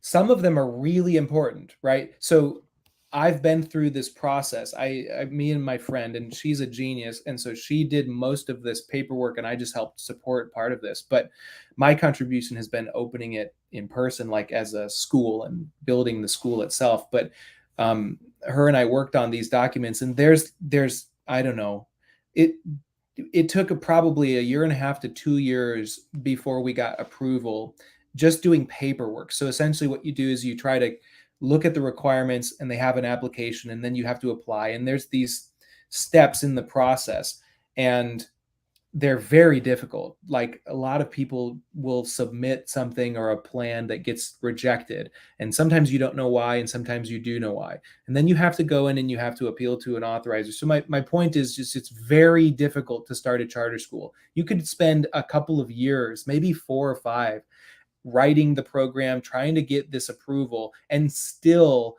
not be actually physically a school. Like, I've heard of that, right? And you could have your application denied on, I don't know, they didn't like some part of it, right?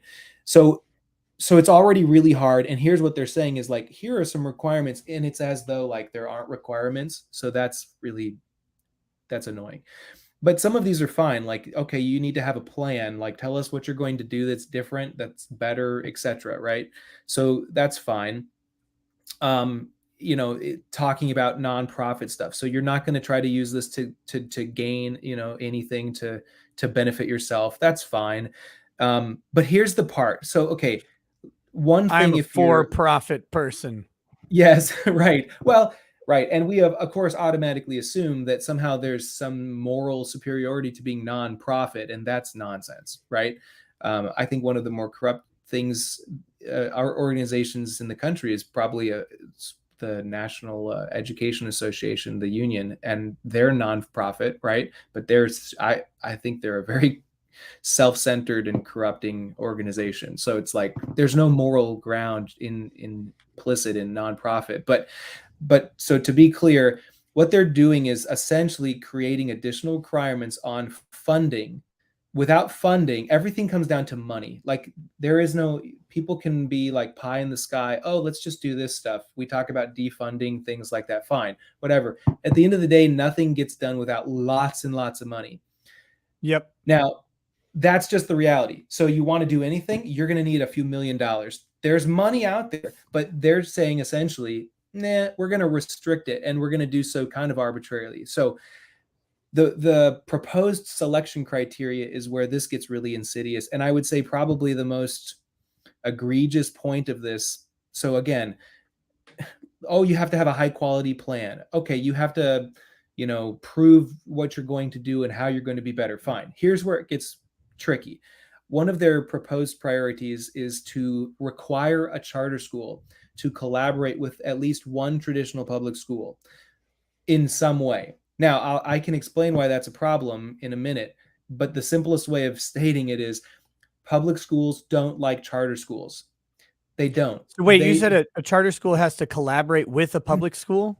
Yes. So in other words, this priority, if they were accepting these proposals, it would require a charter school to explain and actually get approval to collaborate with a local district. So that sounds, oh, sure, partnership and collaboration, that's a great thing. Here's the problem. I Charter disagree. schools would probably be more than happy to partner with, like, let's partner with busing, and like, let's use the same bus system, because why have multiple buses on the same routes, right? Right. That sounds great. Charter school leaders probably wouldn't have a problem collaborating to some degree. The problem is almost universally on the side of traditional public schools, because number one, everything that the unions promote about charter schools is negative. Everything that most teachers hear about charter schools and teaching schools is negative. It's something along the lines of, like, charter schools are taking money out of our schools, which is why our schools are low performing, right? It's a really bad argument, and it's wrong on a lot of levels, but that's the point. So if you're a public school teacher in a traditional system, you immediately are biased against charter schools because they're destroying your ability to teach or to do your job some way, right? So like it's ludicrous to say from the get-go, like as a charter school, you don't even have a charter school, but you're already forced to cooperate with someone who doesn't even have not just your best interest, but any interest in actually cooperating with you. Like they have no incentive to be a good partner. Then, and this is where it gets really crazy, a letter. So they're proposing that charter schools would get a letter from a traditional public school or school district demonstrating that, yes, we approve of this collaboration and we actually will agree to support the school.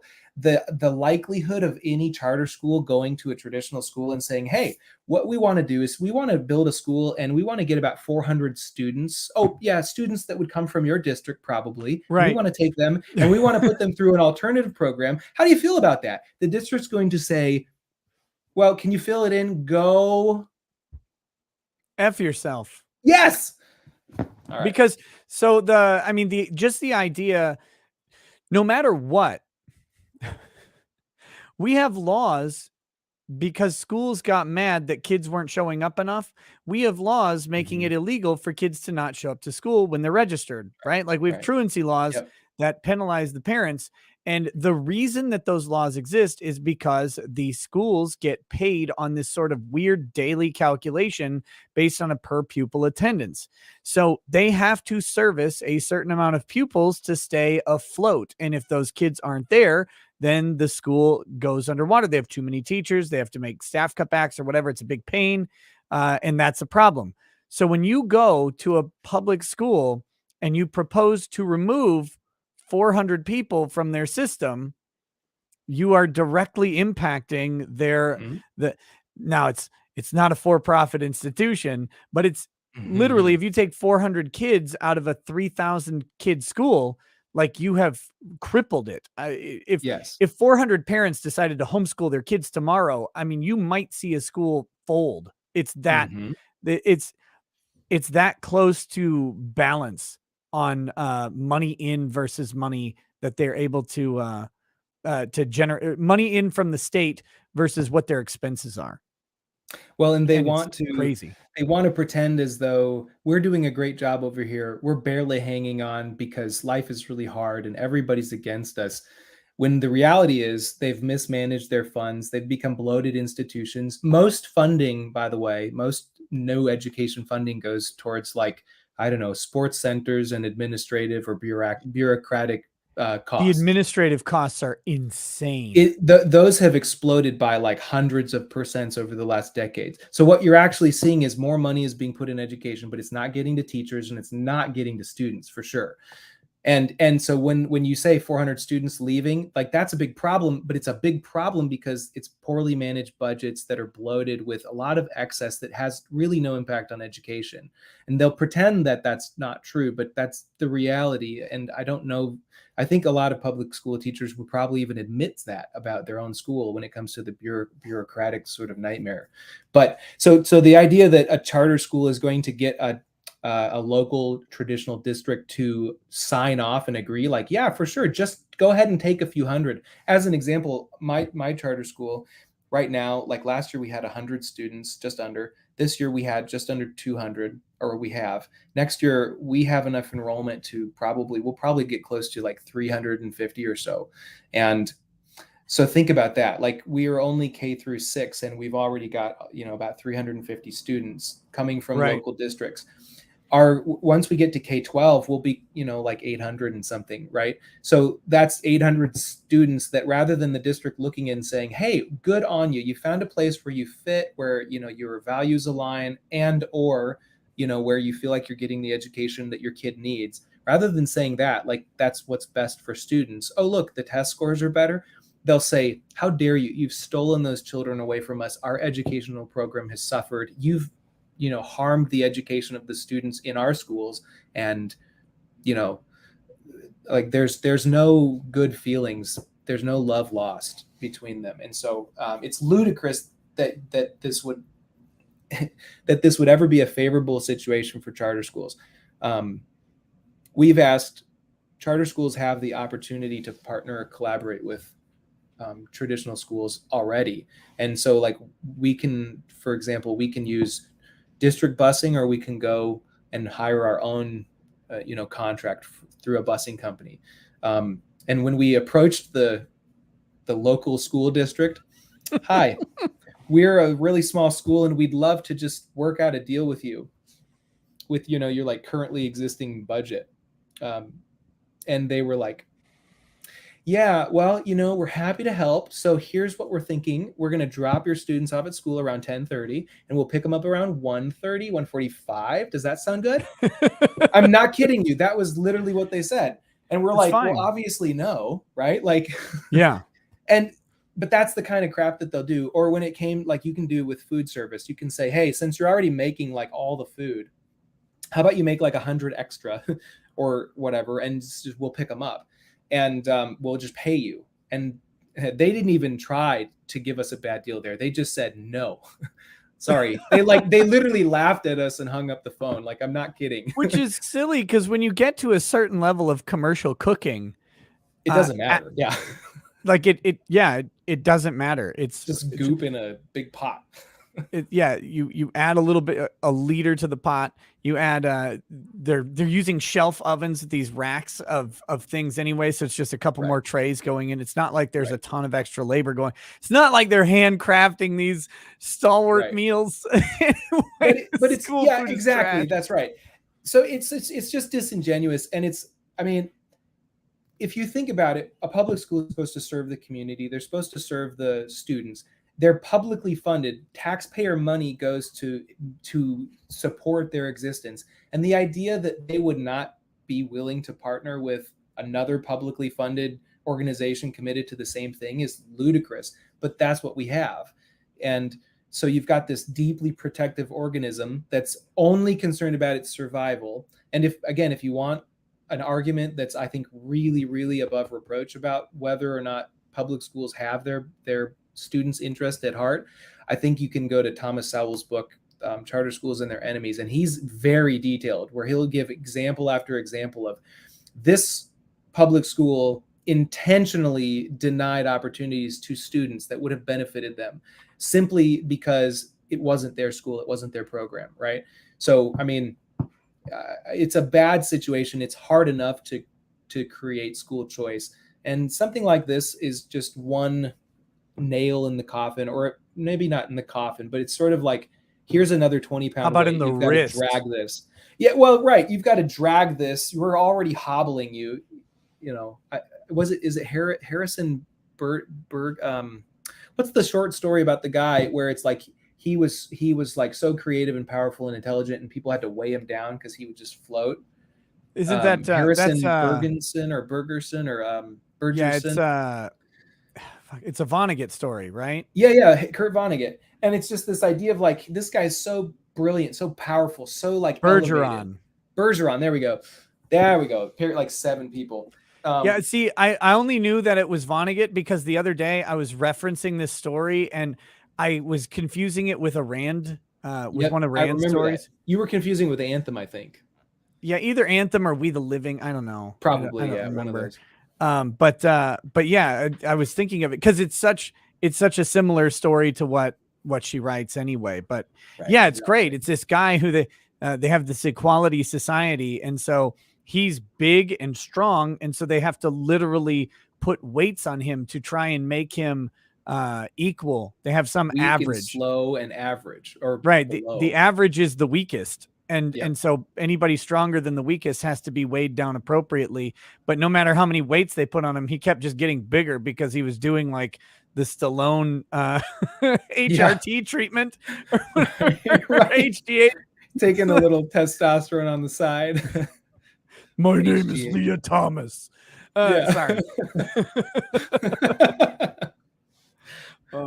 It's a good story, but yeah, this idea of how, and that story sums up public education for me. Actually, that story, Anthem, any of these things that talk about pushing towards a median, and excluding the exceptional and leaving behind the lagging. Of course, in those stories, they went ahead and they also had compassion and altruism, so the lagging became the focus rather than the median, than the median group. But that's the idea that I see with public schools. It's push to the middle, push to the middle, push to the middle. It's Don't equity. don't incentivize the kids who are advanced because Right. it's too much work and they require too much attention. So, but if you just kind of ignore them, then they'll lag behind enough to be towards the middle. It's like, that's Right. not what we want to do. We should be separating kids out. We should be specializing with kids who are behind, with teachers who are good at getting kids behind ahead, and with kids who are ahead, let them go. Like, give them challenge and build them up, so that they leave and go do things. But you're right, it's equity. Because imagine how unfair it is to treat an advanced student and make them more advanced. That means they're even further ahead of their peers. Right. Oh my God. Well, I mean, all you have to do is take a look at how parents generally respond to grades. Like, if a student gets, like when I was teaching high school, a few years ago, in a private school, I'd have parents come in and say, like, why what's happening? Why is my kid not getting an A? And I was like, well, because, they start at 0 and then however they perform earns their grade. And they're like, no, they start with an A and then you took points away from them. Why? Why did you take points? And I'm like, no, they haven't earned points to get an A. Like, their performance is average, and B is actually a little bit above average. So it's actually a good grade, but grade inflation is a real problem. And it's, people have pointed out, like, universities have been dumbed down, and grade inflation is that. Like, Harvard, an A doesn't mean anything, right? On percentage of 4.0 at Harvard. Yeah, it's ridiculous. There's no way people are getting like 4.1, 4.7, like these weird more than 4.0 percentages. Okay, wait, no, Harvard was, let's see.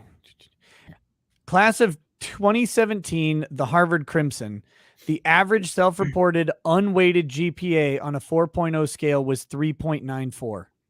Yeah. 54% of students reported a perfect 4.0. Yeah, it's like, there's no way that's real.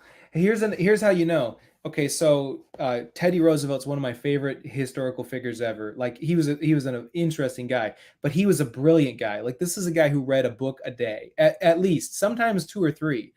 He read more than anybody. He knew more. That he specialized in like 3 different areas in addition to becoming president, right? But like, when he was in school, you can read, like, he's getting B's and C's, and he's in a prestigious institution, but this is like the turn of the century into the 20th century.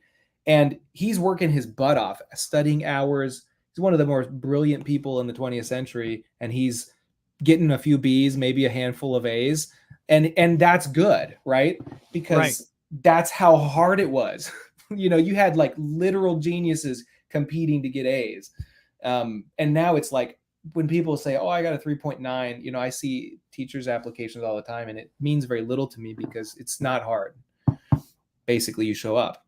So, oh, great. So you're here. There's the A.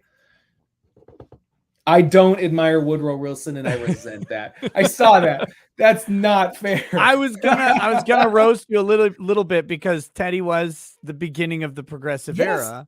Don't get me wrong. I'm not agreeing with his politics. I think he's a fascinating person. He is just super interesting. But didn't he give a speech after getting shot? Yes, he's absolutely. Like, well, I don't need to go to the doctor right now. I got a speech to give. That's right. He got shot, and he's like, yeah, well, let's just do it after this. Yeah, I don't like all of his policies, but you're not wrong. Yeah, the progressive era was a disaster. And the progressive era is still now. We're now in probably the hyper progressive era. But Ryoji Mata says, I live and grew up here in Houston. It's still called Stovall. Oh, neat. Our education system is trash and has been in free fall for more than 2 decades at this point. Parents need to keep on top of this. Generalissimo. says this is because we have one size fits all big government policies to boost voter base.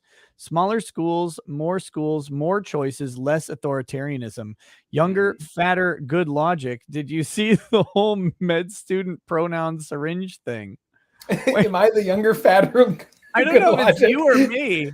Maybe it's you because you're wearing a hat, I guess, and have glasses. And I look fat. Apparently, is it the angle? Like if I lean back, do I look fatter? You know, like like should I stand up and like I don't know.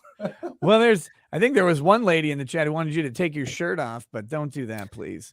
I thought about it. I thought about just just coming on because it's hot in here. I'm sweating. No, heater's right on top of me. It's bad. I turned my AC on just a little bit ago because it was warm. Right. But yeah, no. Did you hear about the med student pronoun syringe thing? I have not heard of this. No. I have no idea what that is. Nope. Okay. Yeah, Houston's education is like prison training. Oh, dude, one of the funniest things oh my gosh. I remember the gym teacher. Here I am. Like I love my Houston school days. Here I am, the little minority white boy walking around in this school because we lived in kind of a crappy area of town, right next to Acres Homes. And in the 80s, Acres Homes was one of the top 5 crime neighborhoods in Houston. And my school was right between, in 3rd and 4th grade, was right between Acres Homes, which was this way. I don't know if it was actually north, but to me it was north because if I oriented my house, I went that. Never mind. I don't know which direction it was. It doesn't matter. Okay. From my house to my school was that way, and Acres Homes was on the other side of that. That makes sense. Okay. And so then my neighborhood, Inwood Forest Village, was on the other side.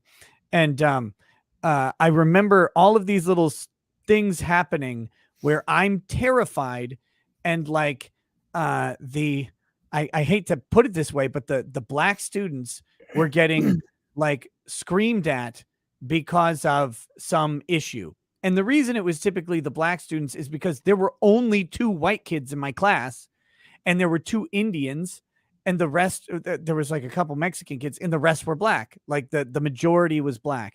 And there was this kid named Darian. And I remember the gym teacher, who is this crotchety old lady. She was so fucking mad at everything all the time.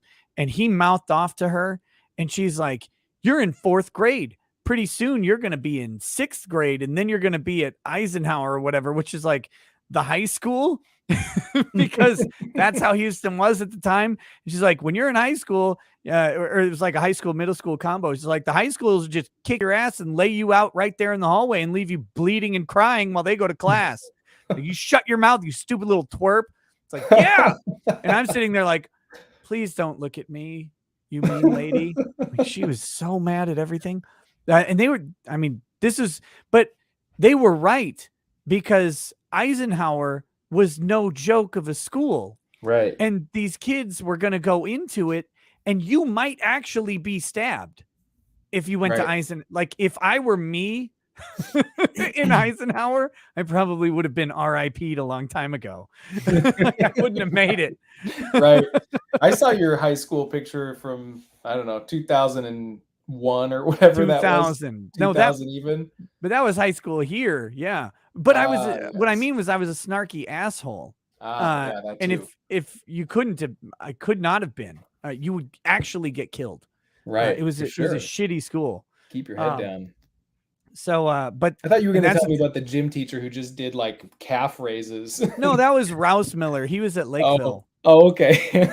Yeah, he was the junior high football coach at Lakeville, and also the 8th grade gym teacher. I think he was 8th grade. And yeah, he would just sit there and do calf raises all day. His calves were like bigger than Drex's body. Not a bad strategy, but calves aren't that cool. So unless you're good at jumping, I don't know. He had the most terrible lisp in the history of the planet. Oof. So he's like, "Come on, guys, time to do some runs around the track." It's like, no, stop talking. But he was fucking big. Sir Marhaus says, in the last chapter of C.S. Lewis's The Discarded Image, he gives his opinions of education reform. Definitely worth looking at. It's a fantastic book. That's great. I love. Have you read that one? No. the abolition of man is related, but I'm working my way through some of C.S. Lewis's stuff. But anything he writes about education, I'm likely to agree with, because partly he saw some of these problems coming, 60, 70 years ago. And the other part of it is some of those problems were already starting back in the 50s. Like, these things are not just popping up. This isn't new. These are like ideas they're like poison viruses that infected people in universities, 70 years ago, in the maybe 80s, 40s and 50s, and maybe before that too. But like, this is not this accident. We've been on this trajectory for a long time, and we've had plenty of opportunities to derail or to get off and the track and onto a different course, and people aren't taking it serious, so I don't know. Yeah. I got an update on what the medical student Yeah, pronoun yeah. syringe thing was. And now I do remember the story.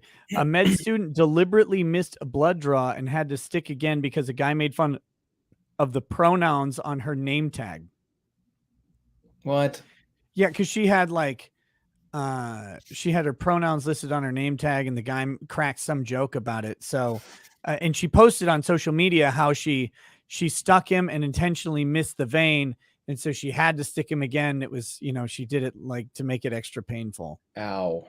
But she's allegedly been. Is it she? Is she the proper pronoun? Is it not she, they, her, or whatever? She has been suspended from school, which is Well, good. that's racist. That you got suspended? Yeah. Isn't that the right? Is that Yes. not the right? I don't. Sometimes I forget. Dude, I was at the Lego store in the Mall of America the other day, and they have the pronouns all over the name All over the tags Lego too. toys? Oh, No, okay. on the name tags. I got helped by a literal he, she, they. Oh. And I was like, but I don't know which one to pick. Like, I don't know. I'm very confused here because he and she seem mutually exclusive to me. And like, why aren't you like, I guess, why aren't you just they or whatever? But it was like, so I could just call you what, maybe that was cool of them. Maybe it was just like, you just call me whatever the hell you want. Maybe that would be fine. Maybe if I was 20 and worked someplace like that, I'd probably do it as a joke. This wasn't a joke. Yeah. But I can tell you there were some gender identity issues happening with this person. It was not a secret, and it was not a joke. That's a big problem, though. I mean, and like, I think maybe you've talked about this, but there's definitely a war on boys, right? There's a war on boyhood. There's maybe a war on masculinity in general. I don't know that. Well, that's one of my major problems with public schools. And I can't remember. I used to listen to someone who talked about this pretty exclusively, and I don't remember who it was. I think it was a radio guy, but maybe not. But they talked about over and over. Oh no, it was, oh shit. It was Stefan Molly meme. It was Molyneux. Yeah. That guy. It was Molyneux. Don't mention him. Well, he has his own set of issues that are all his mother's fault. But the things that one of the things that I like that he would talk about is the prevalence of women in education, and how, because women are typically the chief educators in an area, education is geared actually towards educating women, educating females. And whereas males are not, like, education is not catered towards how boys behave, how they work, how they act, how they learn. And so what you have is then of course you have these diagnoses of ADD. You have all of this stuff. You're trying to shove these or sit boys down in these seats, and that's not how this. I know this. That's not how young boys are. They move. They do things. I can't get my damn kids to stand still in a line. Still. Yeah. My 14-year-old, when we're at a line or whatever, he's just like walking in circles, like, stand still for the love of God. You have just stand. You're making me nervous. Just stop moving. Yeah. Right. For sure. You're 100% right. Well, but I mean, you're right. The system is flawed. It's not to say that boys shouldn't learn a little self-control and be able to sit down and monitor that. But the idea that like one of my big things lately is physical education. I'm trying to figure out a way to get like an hour of physical education a day.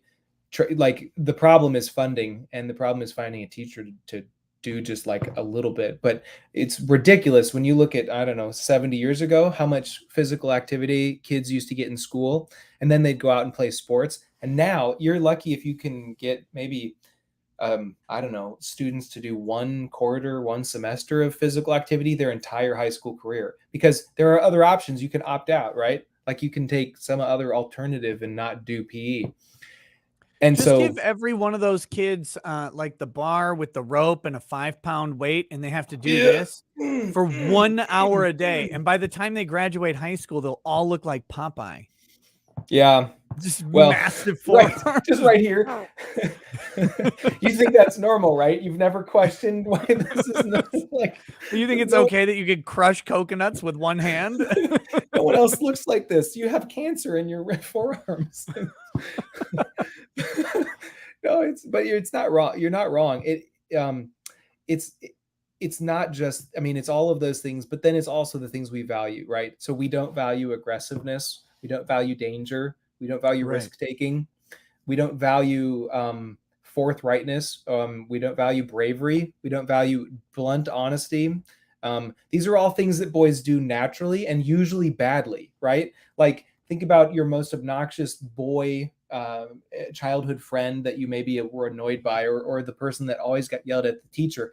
Their problem wasn't that, oh, like they can't regulate. Well, partly that might be it, but it's also because like they're babies trying to figure out how to navigate their impulses for truth and confrontation, and like actually dealing with, like when you have They boys, naturally you push have boundaries. that they naturally push boundaries. They're naturally trying to test. They're predisposed to find something and then strive against it. Like that's their job. That's what they're geared genetically to do. And we want to say, no, sorry, you can't do that.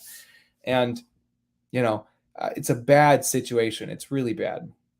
Yeah. So, Snake Eyes says, "Hey Snake Nick, eyes. always love you and your guests.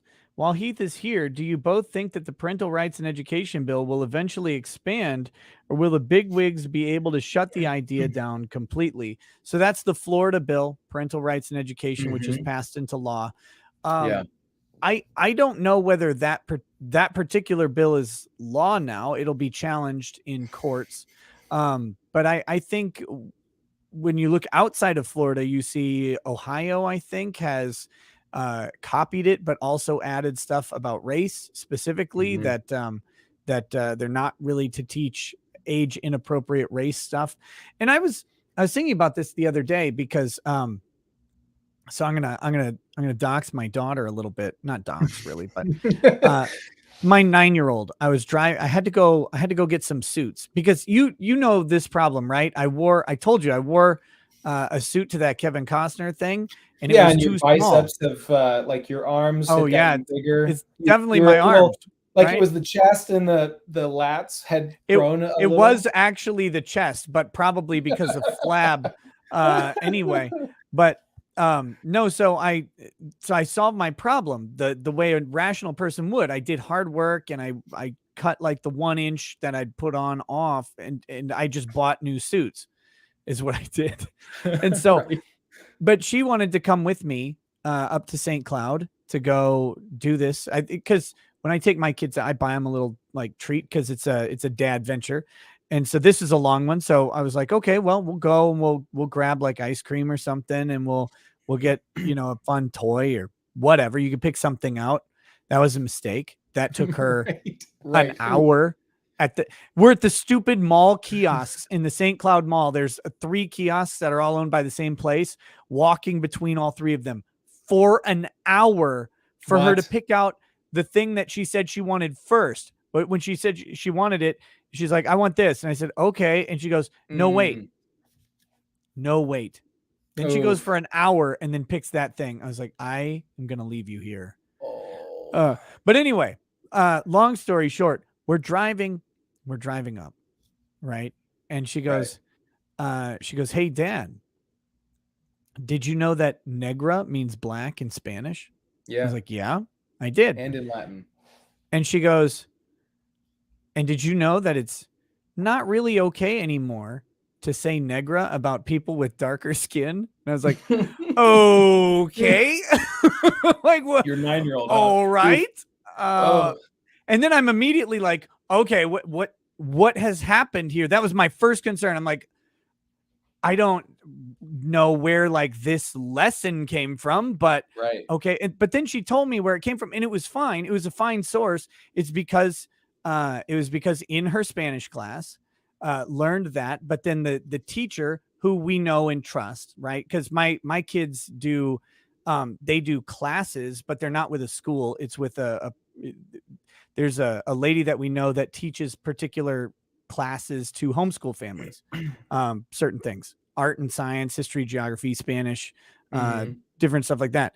And so she added in a little lesson about that word because probably concerned that the kids might run around mispronouncing it and accidentally Right. offend someone. Oops. So then she's like, why can't we say that? Like, why is that a problem? And so then I had to like do a lesson in the car as we're driving about kind of the history of slavery and how some Mhm. words were used to harm people. And so nowadays we try and stay away from words that were used to harm, just out, out of Right. politeness and courtesy and stuff like that. And it was like, but I was not prepared when I got in the car that day to be doing a lesson to my 9-year-old about race relations in the United States. I was like, what the hell Right. is happening here?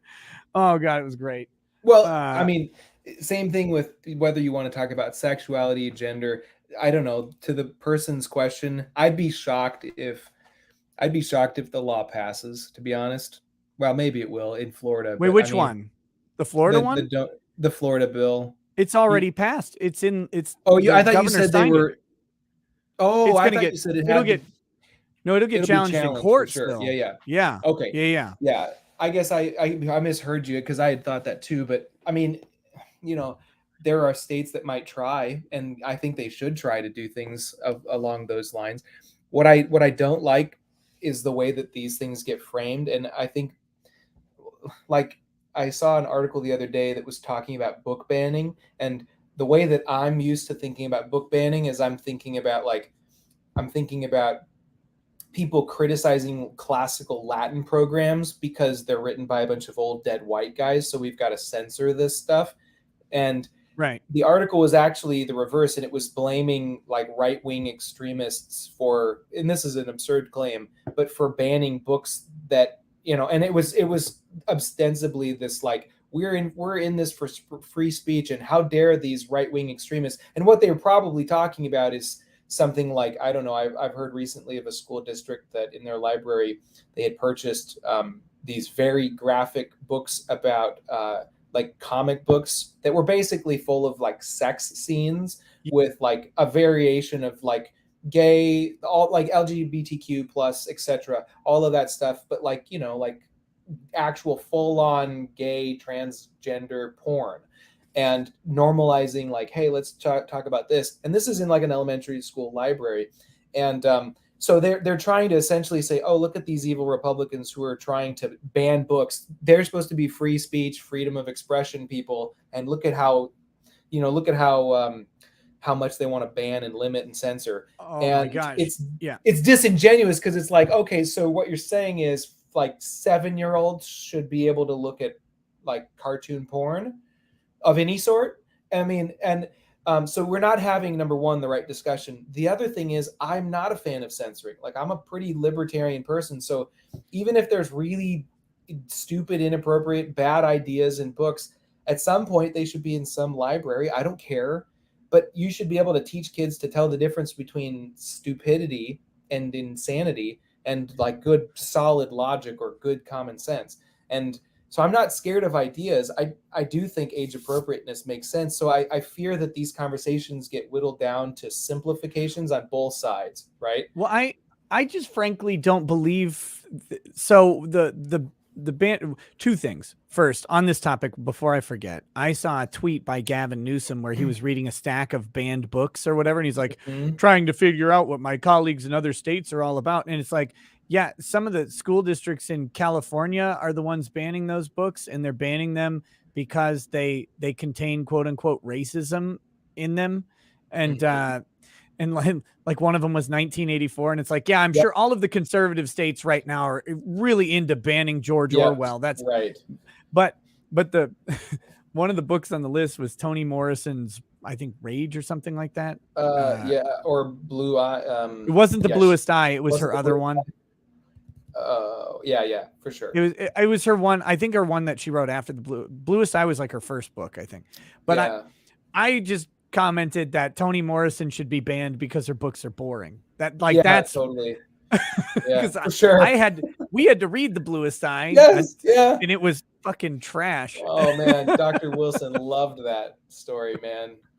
We didn't read that in her class. We read that in Doug's class. Oh, did you? Okay. Oh, Yeah. well, I didn't read that. That must have been. I think I must have got tired with the other book. What was that Weren't called? you were in Doug's class, weren't you? With me and Drex? Yeah, wasn't it? Well, I don't remember Drexel. I remember being in a class with you, and I think it was with Doug. But no, that was lit and film with Viet. With Viet. That was Doug's different. Asian, not Doug Tenable, by the way. Doug's Asian counterpart, like his twin. Oh, Viet. Yeah. I remember. Yeah. No, that's critical approaches to lit. We had to read The Bluest Eye, and it was with Doug. I can't remember his last name. Oh my God, I wanted to gouge my eyeballs out and put them on a plate and eat them. Right. But no. So the other thing about that though is with this argument comes down to academic freedom is what that's the rallying cry, the clarion call of the public school teacher. And my point these days is actually you're a state actor. You do not have academic freedom, nor should you. In K through 12 education, academic freedom should not exist in the public school system, in my opinion. I think parents and their school boards should develop curriculum, and that curriculum should be implemented because that is what the community wants, and they are employing the state to do that job.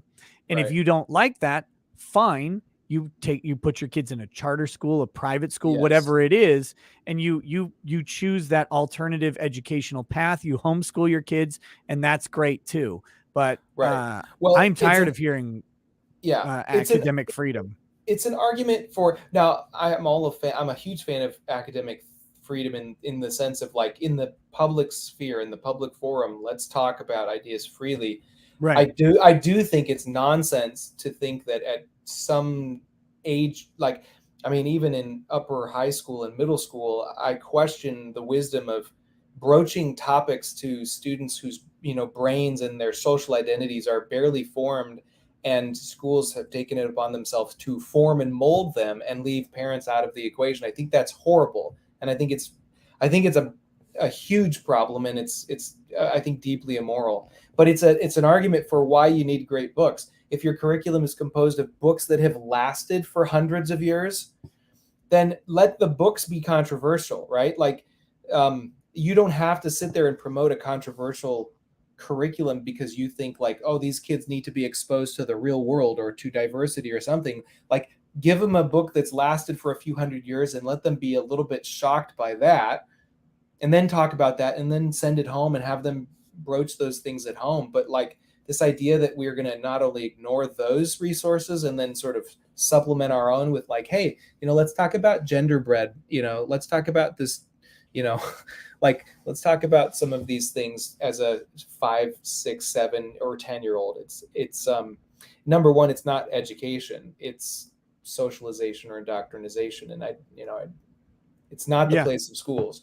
So you're 100% right, but it's a big problem. I mean, so my point is, I'd love to see more laws like Florida's doing. I just don't know that they're going to pick up steam because the argument against them is so powerful because it just sounds bad. Nobody looks further than the soundbite. Like, oh, look, they're banning books. How dare they? Those hypocritical Republicans or whatnot. Or, oh, they don't like gay people.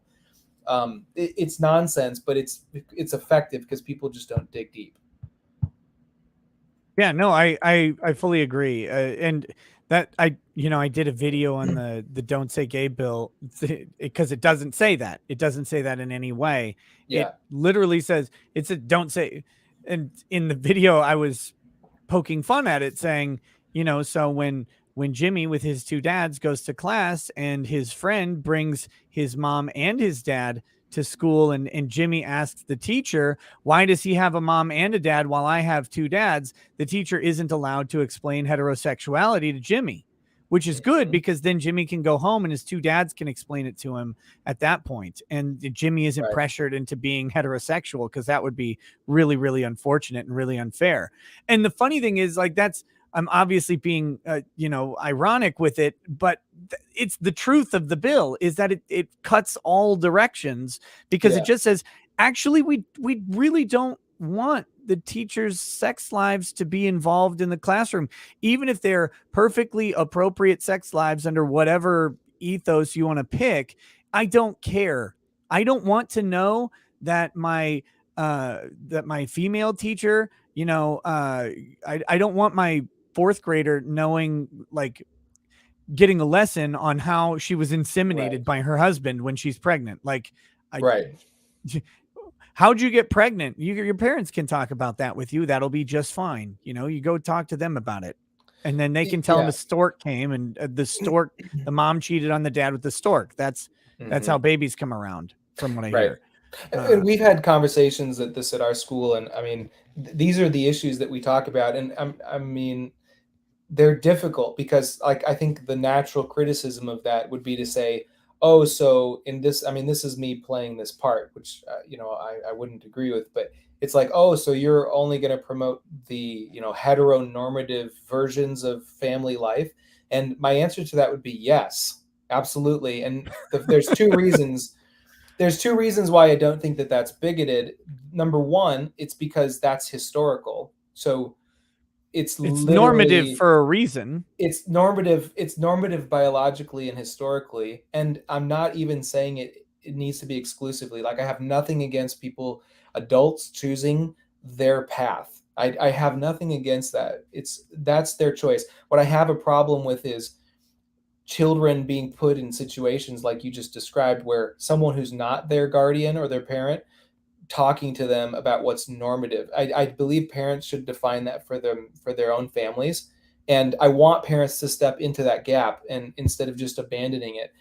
The other reason is, I think you can make a really strong argument to say heteronormative should at least be a good model to continue, not because it's less, let's say, the only model that we're going to talk morally about from like a religious standpoint. I don't know that you need to say that. It's just simply to say children need input from both genders. Like, they need their biological father, they need a male figure, and they need the female figure.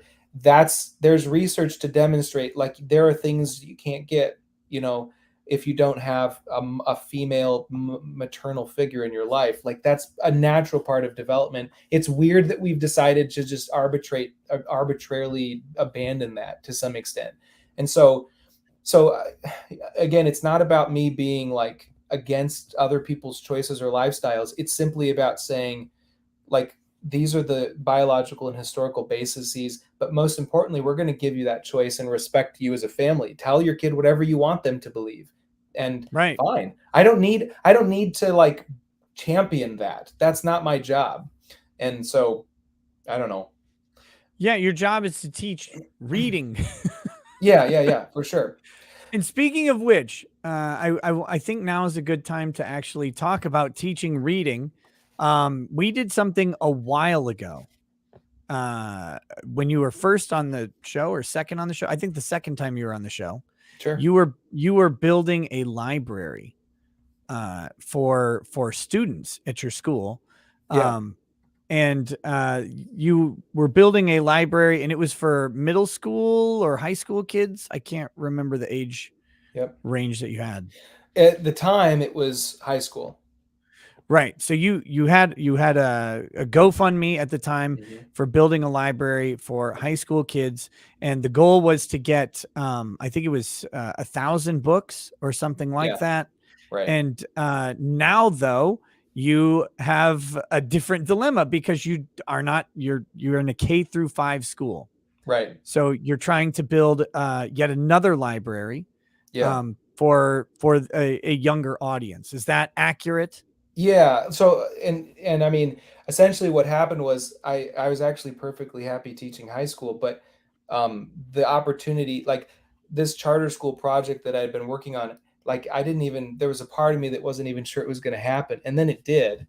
And then I got invited to go teach, so I was like, I gave up my easy, cushy high school teaching job and teaching elementary kids, which I love, but I don't have books or resources. And if you can imagine, I mean, charter schools have very little money for extra things. Like it's about all you can do to pay for the light bills and the lease for your building and teachers. And so one of the things that was motivating behind the first thing was to have, see, if the school chooses the books, then it stays with the school, but more importantly, the school gets to censor or say like whatever they think they want or don't want. And in line with our conversation here, we've already talked about this idea of like just the free expression of ideas is important, and there's a place for that. And so I would say there's a similar thing here where part of what I'm trying to do is make great literature accessible. Like I'm not trying to get, trash or anything like that, but I'm also trying to get things that are age appropriate. Because I mean, one of my goals personally, but also of our school, is to create this literature rich environment. Like I deeply believe that one of the solutions is to surround children with the best possible books, things that are good, true, and beautiful. And I think that immersion eventually pays off. And and if there's a way to make kids more literate, I mean, that's part of the goal. I think that's like one of the main educational goals. So for me, this comes down to it. Well, it comes down to all of the things we've talked about: school choice, freedom of expression of ideas, the the ability to present these books that have endured, and let students teach them how to think, but not what to think about them. Right.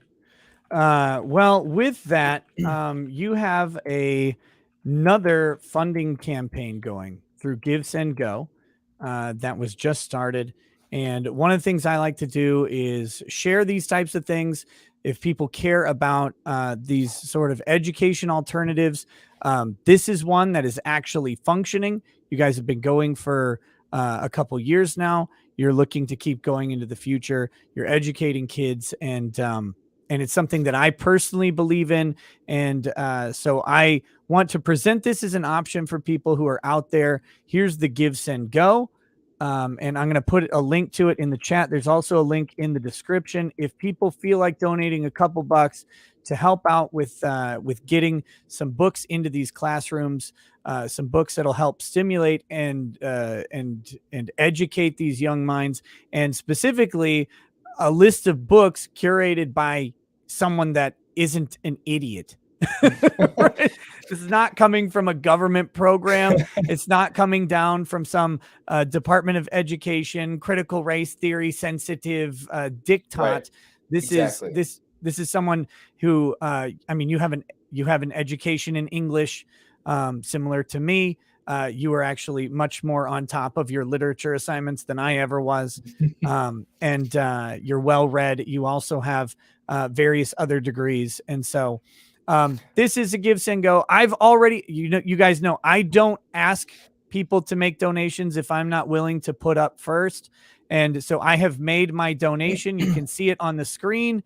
And look, obviously no one has to help out or anything, but if you feel compelled to do so, it would be really, really appreciated to help build out this library and get some good books in the hands of kids. So, yeah, for sure. And by the way, that was a super glowing. I'm going to put that on my resume, like from someone who's not an idiot. I don't know, maybe not, but I try not to be. But I mean, for people who were part of this back, I don't know how many years ago it was now, 2 or 3, almost, maybe 2 years. But here's what I can tell you. First of all, I'm deeply grateful because I don't have the bandwidth. Most of what I spend my money on as a teacher is books, probably, to be honest with you. But I don't have the bandwidth to give kids like an actual library. And in a lot of alternative schools, things like libraries and like book access just in general are among the first things to suffer, partly because there's no money and partly because they're not a great priority for people. So you go to private schools or to small charter schools, and they have very small, pathetic little libraries. And so people who donated last year, you helped me buy about I don't know, 2 years. It was 2 1,000 years ago, at least. 2 years ago. Yeah. You like 1,000 books, that are mostly high school level, some middle school level books. And I can tell you that my students, like I had students coming from other classrooms, from other teachers who would say, "Oh, wow, like your library is better than our school library. Do you mind if we come in and take a look?" Because these were books like I tried to get books that people recommended from the chat. I wasn't able to get everything, but I tried to do that so that I could get high interest, engaging books. But I also tried to get lots of classic books and books that I personally loved and that are valuable. So they were books kids wanted to read. And I saw somebody in the chat say something like, kids don't like books anymore. That's stupid. This is a scam. And like, it was probably a joke, but even if it wasn't, you're not wrong. But like, that's kind of the point, is like, we're really fighting for the attention spans and the futures of our kids. So you give them a book or you give them an iPad. And I mean, I'd like to give them books. So for everybody who was part of it last time, you have my deep gratitude. And more importantly, what you have is you have evidence of like very well-used books, like hundreds of well-used books from kids who checked them out over and over for the last 2 years.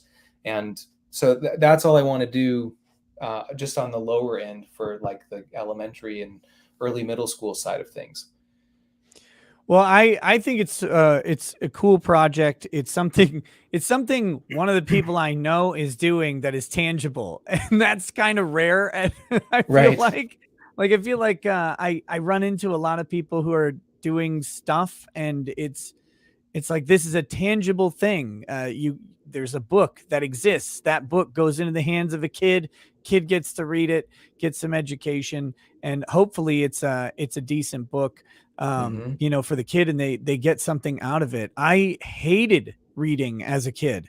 I hated it because the shit they gave us was not good. It wasn't in my interest areas. It didn't have the stuff I was looking for as an elementary student or a middle school student. I didn't start to like reading until, as a senior in high school, I took a contemporary fiction class as an elective, because I hated all my English classes in high school until this one in senior creative writing. But I was able to read books like Salem's Lot, Ender's Game. We read The Hobbit.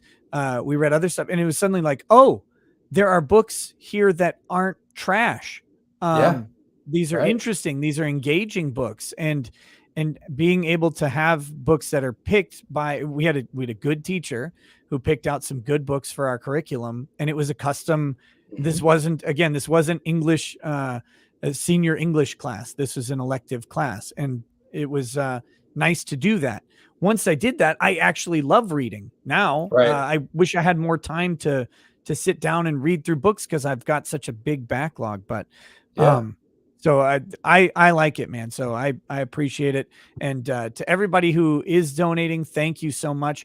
If you're unable to donate, that is perfectly fine as well. Please consider just sharing it. And if you know somebody out there who's passionate about this type of stuff and is willing to throw $5-10 towards some books, $10 buys a book. I mean, think about it that way. $10 puts a book in a kid's hand, in multiple kids' hands. It doesn't just go to one. They get to check it out, and it gets to be used over and over and over again. So exactly. And I guess I would say too, I mean, again, if you want to support this, that's wonderful. I'm going to buy books for kids no matter what. And unfortunately, at my wife's chagrin, I'll probably like charge my personal credit card up and stuff, but because it's just that important. But I mean, I guess if there was an action call that to summarize everything we've talked about, this could be one of them. But I mean, if you can do that, great. If you can't, the other thing to think about really is, it's one thing to talk about and complain about problems, and I think there's a place to really just get that out and vent. But I really think what probably needs to happen is for more and more people to write their local representatives, their state representatives, and say, hey, like, are you even aware of this junk that's going on over here? Because you and I don't have, like, I can do something in a school, right, locally, but I don't have the ability to control the U.S. Department of Education. But if enough of us say, we're tired of this, stop messing with choice, stop limiting freedom. stop giving us fewer options and making the ones we have worse. At some point, we just have to say enough is enough, and that mainly means we've just got to start complaining. We've got to start speaking to representatives and holding them accountable for what are you actually doing when you're in office. And so, whether that's you look into this and you make a comment. I don't know if the comment period is still open for this, but give them a comment, let them know how you feel, or write to your local representative and say, check into this. This needs to be checked, right? It needs to be reined in. I know it's work and I know it's not easy. I know it's annoying, but that's the way our system's built. And so we can complain all we want and just continue to watch the system just dive into the, like burning hot mess into the ocean, or we can do something about it. And so maybe that's one way. The other thing is look for school choice options and support them. And maybe you don't send your kids there, but I don't know, like get involved, look into being on the board, or like attend a board meeting for, like that sounds horrible and boring, but that's where crap gets done, in these little board meetings that nobody knows. I'm thinking about starting to go to the local school board meetings with my phone and absolutely live streaming it. Yes. What a disaster. Exactly. I heard someone say the other day, and they were talking about how, we're also focused on the national elections for president and even for like, senators and congressmen and things like that. And that's all fine. But really the power to affect what happens to your children happens in those board meetings that you're too busy or you're too bored by. Like, and I know that's like a hard pill to swallow, but I've been the same way. It's like, I can't be bothered for that. I got to stay home and watch Netflix or, go work out. And the truth is there are people who don't have your kids' best interests in heart, or who maybe do, but are fighting a losing battle. And because no one shows up, right? They're never challenged. Right. So, I mean, that's a simple like handful of options that we can tangibly do if we don't like how things are going. So maybe some people, maybe even a handful will say, yeah, I'll start doing this, but that's what it takes. Yeah. One thing I was talking with you about, and I don't remember where the idea came from, if it was just like developed between us or if one of us had it, I don't remember, but I always remember this idea. And it's, and I repeat it now on the show all the time without attribution to you because screw you, but, is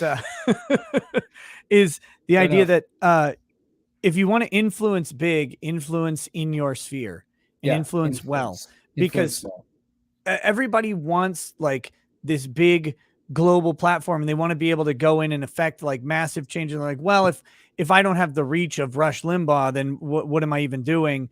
And it's like, no, you may never, ever have that reach, but if you influence in your sphere, in the people around you, and you do it well, and you do good in your sphere.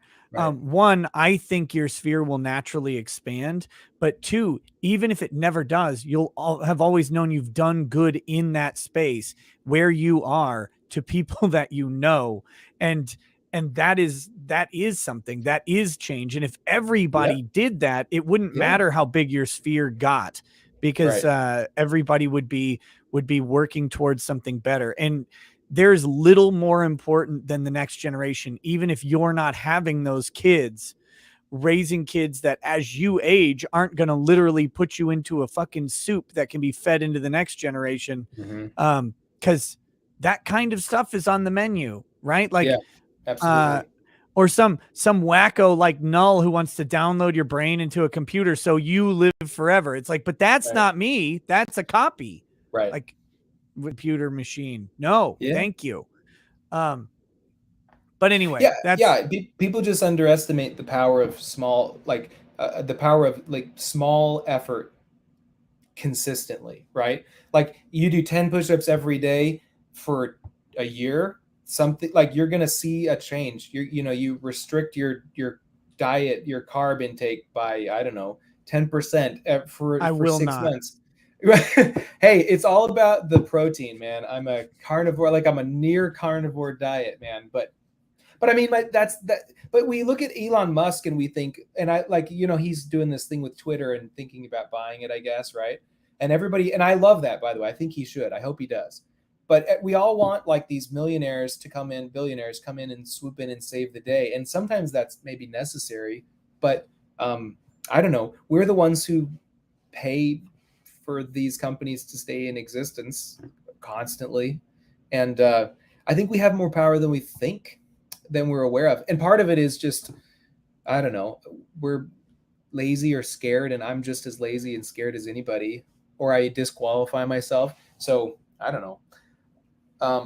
I just recently read, I would encourage people to read, there's a book called A Day in the Life of Ivan Denisovich, I think is the right word, but it's by Alexander Solzhenitsyn, and he's the same guy who wrote the Gulag Archipelago. Archipelago. Archipelago. Oh my God! Dang. I take back everything I ever said about you being well read. Like, no, sorry, I can't pronounce words, like basic words. Jiminy crickets, that was bad. But my point is, I read that recently because of this whole Ukraine and Russian debacle, because it's like this is a very short, very accessible story about what happens when like lots of people just sort of roll over and they just let these big, one of the things that's striking is he's describing these prison camps where there's hundreds and thousands of prisoners, and there's like a handful of guards, and yeah, they have some automatic weapons, but if they really wanted to, right, like, do you think a few automatic gunfire is gonna stop like 1,000 people who are committed to let's break out of this place?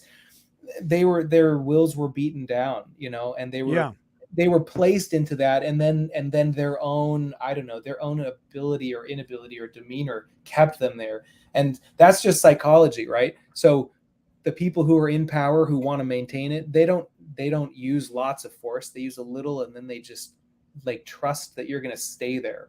And so I don't know, but I've been thinking a lot about that, and I've been thinking what would happen if people just stopped accepting this sort of like miniature attitude of I can't do anything important, or nothing I do would really matter. No, I fully agree. A couple things. I need to do. You got to do your breaded. We have to do Unbreaded. I don't know if you want to be on for that or not. Or maybe I could just remove you from the screen temporarily. Because I don't want to put you through that. Because you're like a decent human being. But first, I gotta show you the response to this is crazy. Already we've got we're up to $2,645 raised. That's already awesome. That's guys like $200. You guys are ridiculous. Thank you so much. Of course. Wow, that's great. And we'll check on it at the end of the show too. So if you still give so much, thank you for sure to the chat.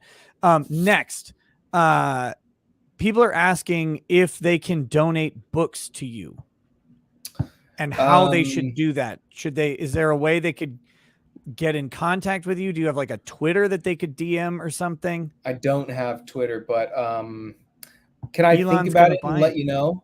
Can I, if Elon buys it, I'll get Twitter. Can I let you know? Maybe there's I'm trying to think of where they could do that. I think that'd be a cool idea. I would have to figure out logistics, and I don't know what that would be. I think you should you don't have to do it this second, but if you make a Twitter account and just for that purpose, right? That people could DM the Twitter account. And then if you want to like do a PO box or something, or have them mailed to the school, I don't know, just some ideas. You don't want to, don't give your own damn address. It's a terrible plan. Did I say I live in Minnesota? I meant Illinois. Yeah. Sorry. Hold on. But yeah, the other thing, I guess for now, if people really want to send some books to Heith for this project, you could send them to my PO box, send them to me, and then just include like a little just a note that says for Heith's book collection. I would be fine with that. I'd live a couple hours away, but it's not a big deal for me to drive out. I'm in the cities. On occasion, I can collect all the books and drop them off. So it'd be a great excuse for me to drive up there. So that too. So if you want to send them send for now at least send them to my PO box, and I will make sure that they get to Heath and they get there. So that would be fine. Since not everybody has to have a PO box because of random crazy people. I've never really gotten anything crazy. I don't know. Well, I mean, I've gotten like body pillows and stuff like that. Molded in the shape of like the sender, you know? No, here we go. Conspicuous pockets and slash like orifices. I don't know. I got an anime body pillow. It's like, ooh, yeah, full size body pillow of Albedo from Overlord. I can't like have that out. blow that up and just put that right between you and Lady Rackets, right? Like someone 3D printed a bag of dicks the other day and sent that to me. I saw somewhere that you could buy like a bunch of little gummy worms that were in the exact shape of, you know, like the penis. It was a variety of things. It might have been penis, vagina, it might have been both. But the point was you could get a big whole box of these gummy things and then send them to someone you didn't like. Yeah. And anonymously. It's like, wow, the world we live in, right? Yeah, it's good times. But anyway, yeah, I've never gotten anything like overly crazy, which is kind of surprising to me. But please don't start. I was just gonna say it sounds a little like a challenge, perhaps. Yeah, no, it is. Is that a challenge? There are some super chats I want to read before we do the unbreaded thing, because people have been sending some chats in as well. For sure. So, well, you know, here's the thing, and I actually really enjoyed talking with you and being on your show. It's a huge privilege. And for everybody who's already donated, that's wonderful. That's awesome. Thanks, Nick, for even allowing this to be possible. To me, I just think these are important things people need to think about and hear. So I appreciate the chance to say that. But I think I'll probably head out, and because I've got some things tomorrow morning. Hold on for just. Let me read a couple of these just for a little bit of these chats. You tell me when is a good time to exit, but I'll yeah. I'll do that, and then we'll spare you the unbreaded reading, since again, you're a person who does work at a charter school. So the Wolf of Fenris says going from Elden Ring to Doom Eternal is like having a nice glass of wine with easy music and going to a heavy metal Hunter Biden coke bender on speed. Fuck for the All-Father. By the way, did I tell you I've been listening to like a bunch of metal lately? You did mention it a little, and I have not looked up the specific people. I'm gonna punch you right in the knees for not listening to Yggdrasil yet. I'll do it right now. The second I leave here, that's the first thing I'm doing. Oh yeah, because you want to sleep instead of getting up, being like, yeah, going and throwing a bus. The Wolf of Fenris says this indoctrination in our schools has been going on for much longer than most people think. It was just more subtle in the 80s and 90s. No, I agree. Yeah, I agree. For sure.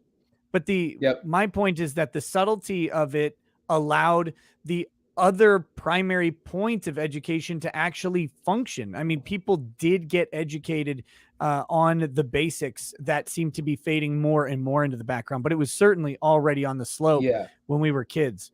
Absolutely. And I would actually argue that part of that subtlety that you're talking about is because most people don't think that way. And I don't think they used to, and I don't think they do now. I think that what's happened is there's been a power shift in terms of small groups of people with radical ideas over extending in disproportionate amounts of power and force on systems. And I think that part of that is because we took things for granted, but part of it is because most people just wrote it off as, oh, that's just silliness. And they just did their thing because they didn't buy into it.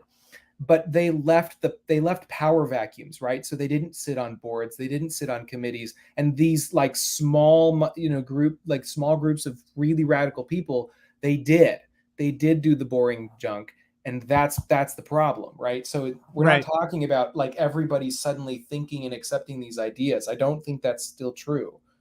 but we've abandoned a lot of where power brokers make policy, you know. Yeah. Well, they are attracted because they're attracted to power. They're They obsessed with it. sacrifice. Well, they're obsessed with it, but they also sacrifice economic gain for it, Mm-hmm. right? Like Oh, absolutely. government service isn't for the overwhelming majority of people is not particularly profitable until you get to Mm-hmm. like, you know, you're Nancy Pelosi and you make $200,000 a year and suddenly you're worth like $200 million. I mean, Right. just by accident. Um, Mm-hmm. but for most people, it's like, well, I could work in the private sector though and make more, Yes. and I could be challenged in different ways and not get stuck up in as much bureaucracy. And so that's Right. more enticing to people. But for people who believe in power and they couch it in all sorts of ways, oh, public service is just really important to me. It's like, well, why does public service involve you changing how Mm-hmm. people think to your specific agenda? Mm-hmm. So I think that feeds into it. SC Medic 71 says, I work in EMS education. We see too much focus on rote memorization of facts, not enough focus on application and analysis of materials. And then he says in 2020, the Department of Education spent almost $1 billion on their staffing and payroll. Bet we could fund a Yeah. lot of charter schools with that. Yeah, for sure. I would actually agree. I to some extent, but I think we actually need just as much memorization, if not more, than we currently have, along with critical thinking skills. The brain is a muscle. We're becoming dumber because we can't. Our brains are less powerful. We can't remember things. I mean, the Iliad or any of Homer, like the Odyssey, Iliad, all of these great poems that are like 10,000 or more years old. Originally, they were never written down. They were just recited and remembered. Can you imagine remembering a 400-page poem by heart consistently enough to actually, like, over hundreds of years have someone write it down? Like, I'm that's what trying to memorize an 803-page book right now. Well, right, but that's my point is like we're offloading some of this to computers, which is fine, but we have really powerful software and we've essentially given up on it. And I think that's a mistake. I'm not saying that we have to like get rid of computers entirely, although in Dune that's what they did, right? In the Well, Frank I Herbert think books. I think a good way to conceptualize this is, for me, when we in math, we memorized multiplication tables. Yes. We memorized them as we were also learning how the function of multiplication worked. Yeah. But I still like, I remember drilling multiplying threes back in it was either third or fourth grade math. I was in the advanced math before I became a lawyer. But Mhm. so I remember drilling through multiples of threes and we had to memorize that line of threes and it was critical to us. And it's weird how often I use the multiples of threes even Yeah. still today. Like Right. it comes in handy. And then as I multiply bigger and bigger numbers in my head, knowing those multiplication tables helps me shortcut through the work. And it's like Mhm. that actually really, really was helpful. And Yeah. it would be lame if you just learned to memorize, but when you memorized it along with learning the process, it became a very useful tool. And Mhm. so you Yeah. definitely should be combining them, in my Well, opinion. so someone in the chat asked a question. They said, wasn't it Socrates that was worried about writing making people dumber? And I don't remember if it was him or not, but one of those ancient Greek thinkers did think that. And I don't know that they were entirely wrong, because I do think that there's been a marked decrease in what we are doing with our brains. I'm not saying writing is bad, and I'm also not saying like not memorizing or computerizing things is bad, but I'm saying there is a, like what you just described is essentially the benefit of internalizing something that's essentially like think of it like the grammar, like it's the basic building blocks of things that allow you to do multiple layers of complexity in terms of other skills, right? So even like you can even make the argument for poems, right? Like, why would you memorize a poem? There's similar arguments that you can make when it comes to the construction of language or the logical flow of ideas, or for like there are people who are using the Iliad, for example, like dramatic performances or recitals of the Iliad to treat PTSD with veterans. And because it's one of these things that they're realizing is that there's a psychological component to confronting trauma as a group, like to like to putting that in your brain, internalizing it, and then dealing with trauma through a story, like that's something that's deeply human and deeply necessary. And like it's so like, but we write these things off and say, oh, but what purpose are these things? And I think a lot of the ancients knew, like I think people like Plato and Homer, they understood these things are more powerful because they're bigger ideas than just this story plot line, right? Right. So I don't know. That's my little rant on memorization, but I don't disagree for pointless things. But like if you're talking something beautiful, like a poem or the Odyssey or something meaningful like a multiplication table, you got to memorize those. Yeah, I think I think memorization plays a huge part in education when it's done right. I mean, if you just For like sure. I never liked history as a kid because it was memorizing dates to events I didn't understand. Nope. And so Yeah, that's right. I would consider that as like the bad part of it.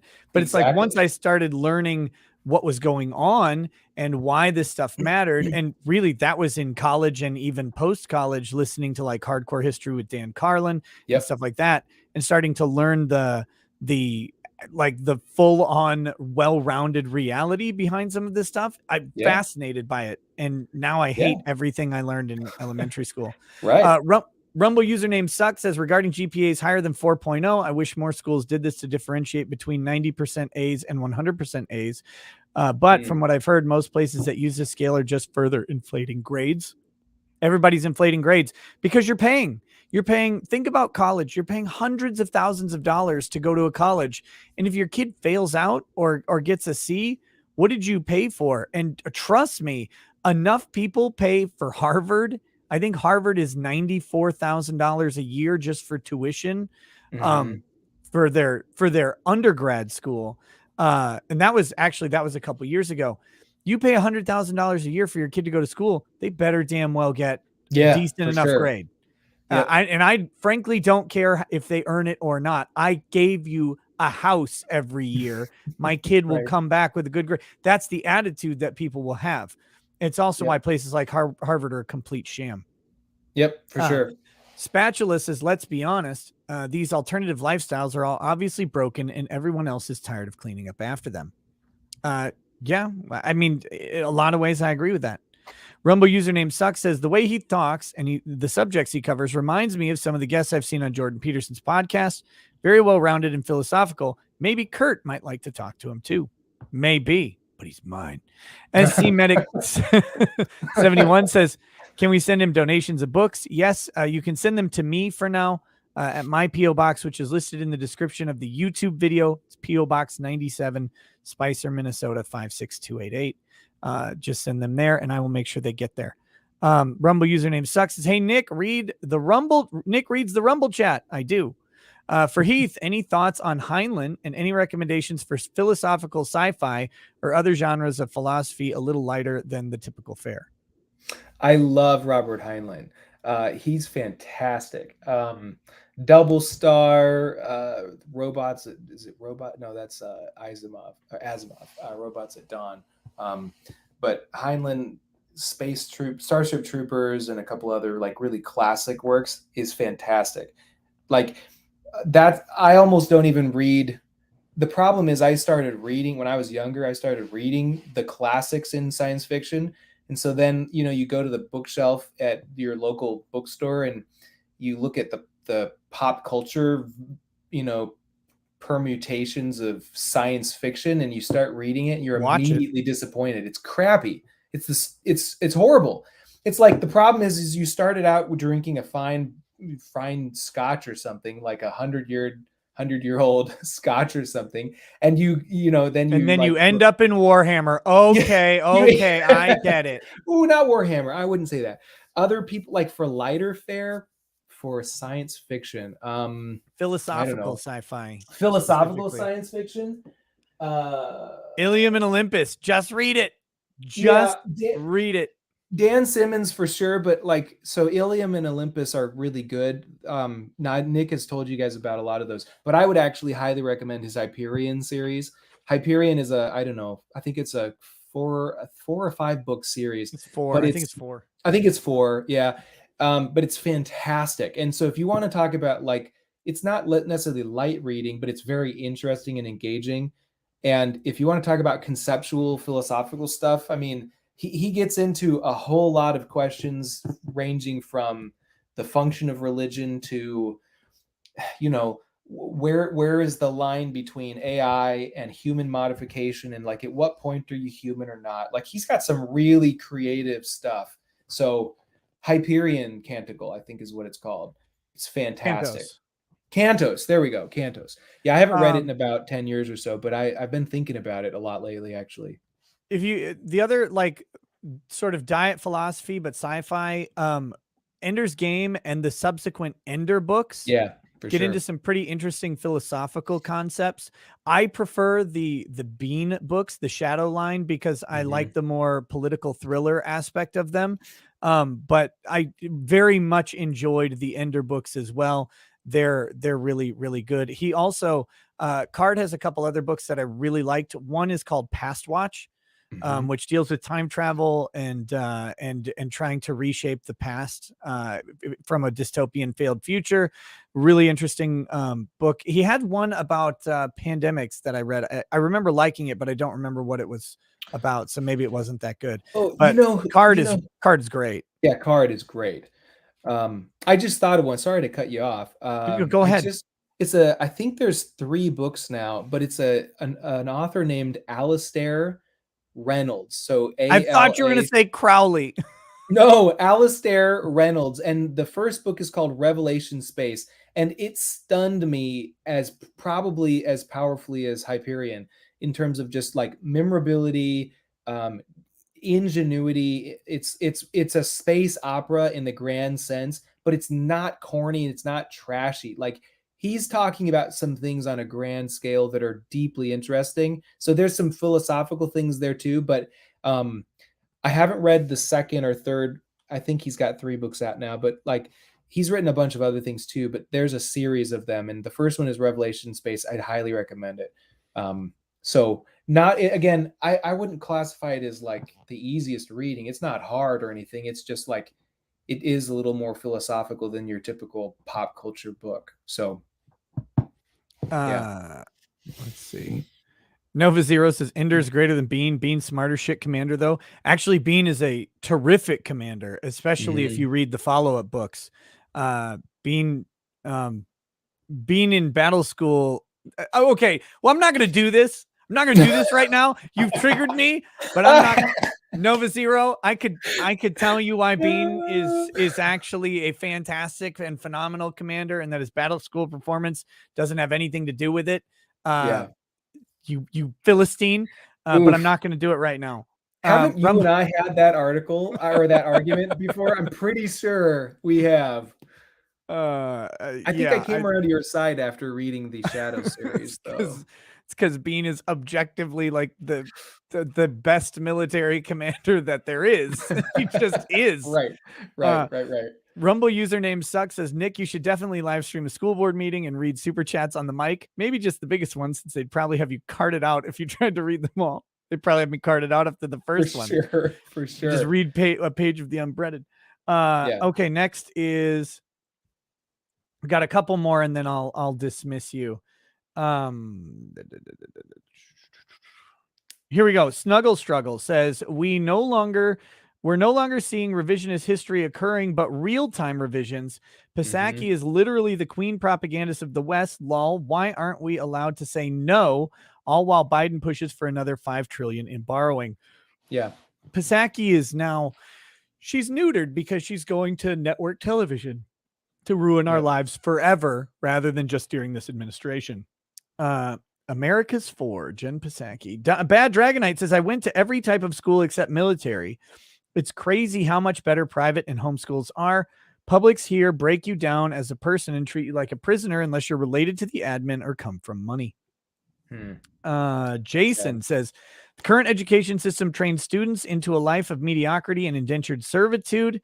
Please also teach personal finance, limitless mindset, proper fitness, nutrition, building meaningful relationships, sales, etc. Maybe. I mean, I agree that the current one, I don't know how you make a list of all of the things that kids need to learn And I think there needs to be some choice and branching that goes on. I actually like, if you wanted to say what's your ideal school, I would maybe have a list of books and maybe some skills like for math probably and science. But I think in some cases, I think the perfect version of this is closer to probably the old time schoolhouse, or the mentor that you would be, the tutor that would be hired and come to a small group of kids. I think that's actually the purest form of education in the right sense, because it's flexible enough to adapt, but you're experienced and you've got like a great teacher, a great mind to learn from. Um, the comment about the being sort of the cog prepped to function in the larger society, that's not a mistake. That happened, well, partly it was people like Dewey, but it was a lot of these in the late 19th century, early 20th century. They looked at schools from basically pre-Nazi Germany, right? So they went over like in Austria, and they went over these places, and they saw how regimented these students were. Like they were in lines, they were lockstep, they were marching, they were silent, and they were essentially, it was the beginning of industrialization. And people like Dewey and others looked at this and were like, those are great ideas. This will help us build our industrial complex. And that's like, this is not a secret, but no one knows. Like we modeled our schools. Public schools today are modeled literally after the precursors to Nazi education, youth education schools. Like they really are. Like that's where all of these ideas come from. Standing in line, going through the rote thing, the class cycle, the class schedule, switching the teachers, all this stuff. We modified our system, and there's no wonder we're putting out people who aren't able to think. It's because, well, look what the Nazis did with their youth, right? So essentially, as much as I love charter schools, like I'm trying to do something different in a broken system. So the real solution is not break the system, but devise a different one, or free us from the system, right? Yep. That's the ultimate solution. It really is. That's why I like homeschooling and alternative schooling options. I'm a huge fan of homeschooling. When I first heard of non-schooling, I like laughed at it. And now I'm like, I don't think they're that crazy anymore, because kids learn so much just by doing. Like we credit kids' education to schools, but like if kids are just around doing stuff and reading, and they learn dramatic amounts. It's actually crazy, but yeah, for sure. The Squid says best newer philosophical sci-fi is the sequels to Ender's Game, even though I think Orson Scott Card was on some stuff while writing them. Dude, they get real weird. The Phylotic Network and all that stuff. And where did he leave? Like, I think the last one I read was Shadows in Flight. I haven't paid attention. He finished it now, and I heard it's really bad, but I haven't read it, so I don't see know. That I like it was okay. It did fine, but then like I read some reviews about the last couple, and I don't know. It's hard to do a long series like that and land it well, and so I don't fault anybody. But yeah, I'm gonna read it eventually. But there's what Ponton21 says. Question for Carson Wentz. Do you think you'll be able to turn things around in Washington this season? I don't get it. You must look like someone named Carson Wentz, but I don't know who that is. I don't know who that is. Sorry, I'm a nerd. Okay, I'm going to let you go, but one thing I wanted to show you before you go is, I mean, this thing is, we're at $3,815. Oh, wow. Just amazing. Amazing to have that. There is a really important one. This is a big donor. Jack Murphy has donated and says, would love to discuss possible business ventures with me and my wife. Oh, no. So, all right. Oh, that's great. Damn it. And then this huge, whoever sent this in from the chat, thank you. Wow. That's a huge donation. That's amazing. Very, very cool. Whoever did that, thank you so much. All right. Well, man, I'll let you peace out. I'll do Unbreaded and read the rest of the chats that are there, because that's what I do every single day. I ruin my potential future. Do you see the Libertarian Party tried to get me to run for Minnesota Attorney General? Did they really? Yeah. I did not know that, but you totally should. But no, No, don't I do it. should Don't do not. it. Don't do it. I It's should a not. bad idea. I do not need to put my family through that nonsense. No But way. uh, Well, hey, thanks for everything. I appreciate it. I appreciate everybody who tolerated me and generously donated. So thanks. The kids are gonna love it, and yeah, I'm excited. Appreciate it. that's awesome, man. Thanks for coming on as always. And we got to set some time aside because we got to hang out. But I'll see you soon, buddy. Sounds good. Take care. All right, later. Okay. Click on the there we go. There we go. He left the studio now. Thank you guys so much. I love talking to Heith. I have probably talked to that man for thousands and thousands of hours throughout college and after college. While I was in law school, the way I went to law school was I took night classes, and the first year that you take them, you can only take the night classes. So I would go into law school Monday night, and then my next classes were on Tuesday night. So I'd have all of Tuesday available, come home Tuesday night after class.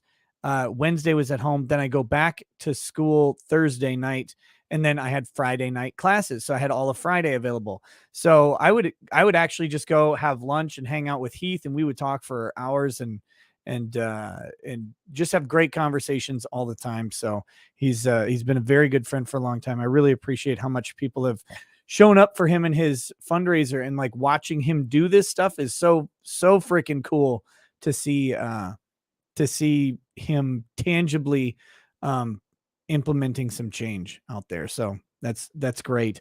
The Squid says the Shadow series was objectively better written than the Ender series. Correct. What the hell was that? Did you guys hear? You guys probably didn't hear that. I did. Oh, why did I? Oh my God. Hold on 1 second. Okay. Got a random message notification. It went bloop bloop. It was from Steam. I'm not used to the Steam notification sound, so there it was. Yeah. Okay. Sorry. The Shadow series was objectively better written than the Ender series, at least until Shadows in Flight, and I think that's because the Shadow series is based off real world politics and warfare. Yes. Also, Empire is a great book by Orson Scott Card as well. Empire is fantastic, especially if you like the Shadow series. All right, you know what time it is, guys. Let's do this. Unbreaded. Okay, here we go. Here we go. Here we go. 289 is the page number today. Oh, these 200s have been good. They have been good. Okay. Whew. If you are not aware, of course, the Daily Unbreaded is the one page at random from the manifesto of Matthew Harris, his 803-page book called Death Sentences. Before you yell at me, he has 803 PDF pages, and that's what we go off of. It is not off of the number at the bottom of the page, which will actually be slightly off from the number. But we are on page 289. You can see up top here. And we're just going to go ahead and read this. Are you ready? I hope you're ready. Drink water, no juice allowed. I'll be that crazy weird Uncle Jesse Owens, never odd. Bingers stop being impressed by armies with weapons we don't have. That's just because you're oppressed and the white man never tried to directly arm you so that you would fight one of his enemies elsewhere. A Binger feels beneath the chimps. Women aren't threatening, so women aren't funny. The feminist is there to lasso you and put your fire. The feminist is not there to be an ally. She is water to your fire. Pacify, sanitize, water down the Binger, water down his movements, make Bingers look safe and passive. If Bingers could have been used to fight another enemy of the white man, he would have already given Bingers tanks, rockets, and anti-aircraft missiles. The only difference is that Bingers haven't betrayed America to fight a domestic war in a couple of years.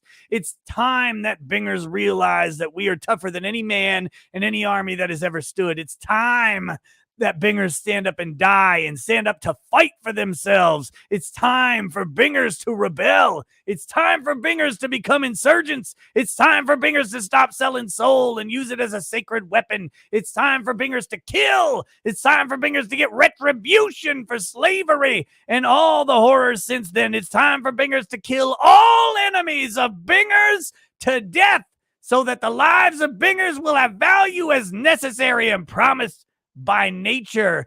Give them reason to hold a candlelight vigil. You don't need to know how, you just know that it is. Capitalism is why I want to die, but unfortunately they wouldn't sell me the gun, so I'm alive.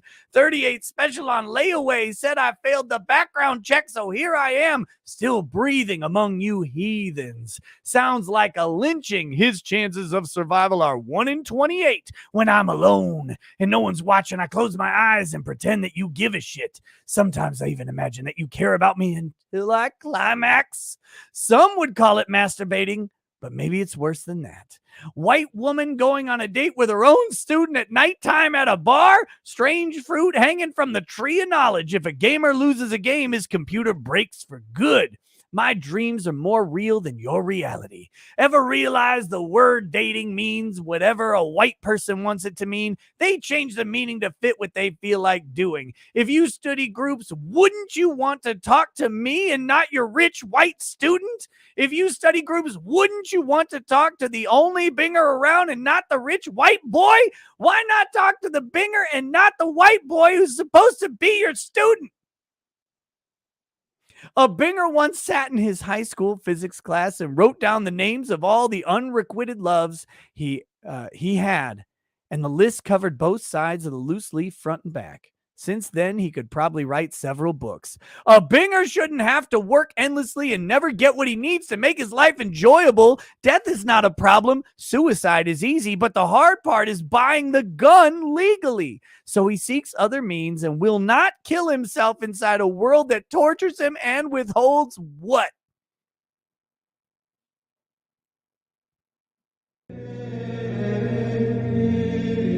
Unbreaded!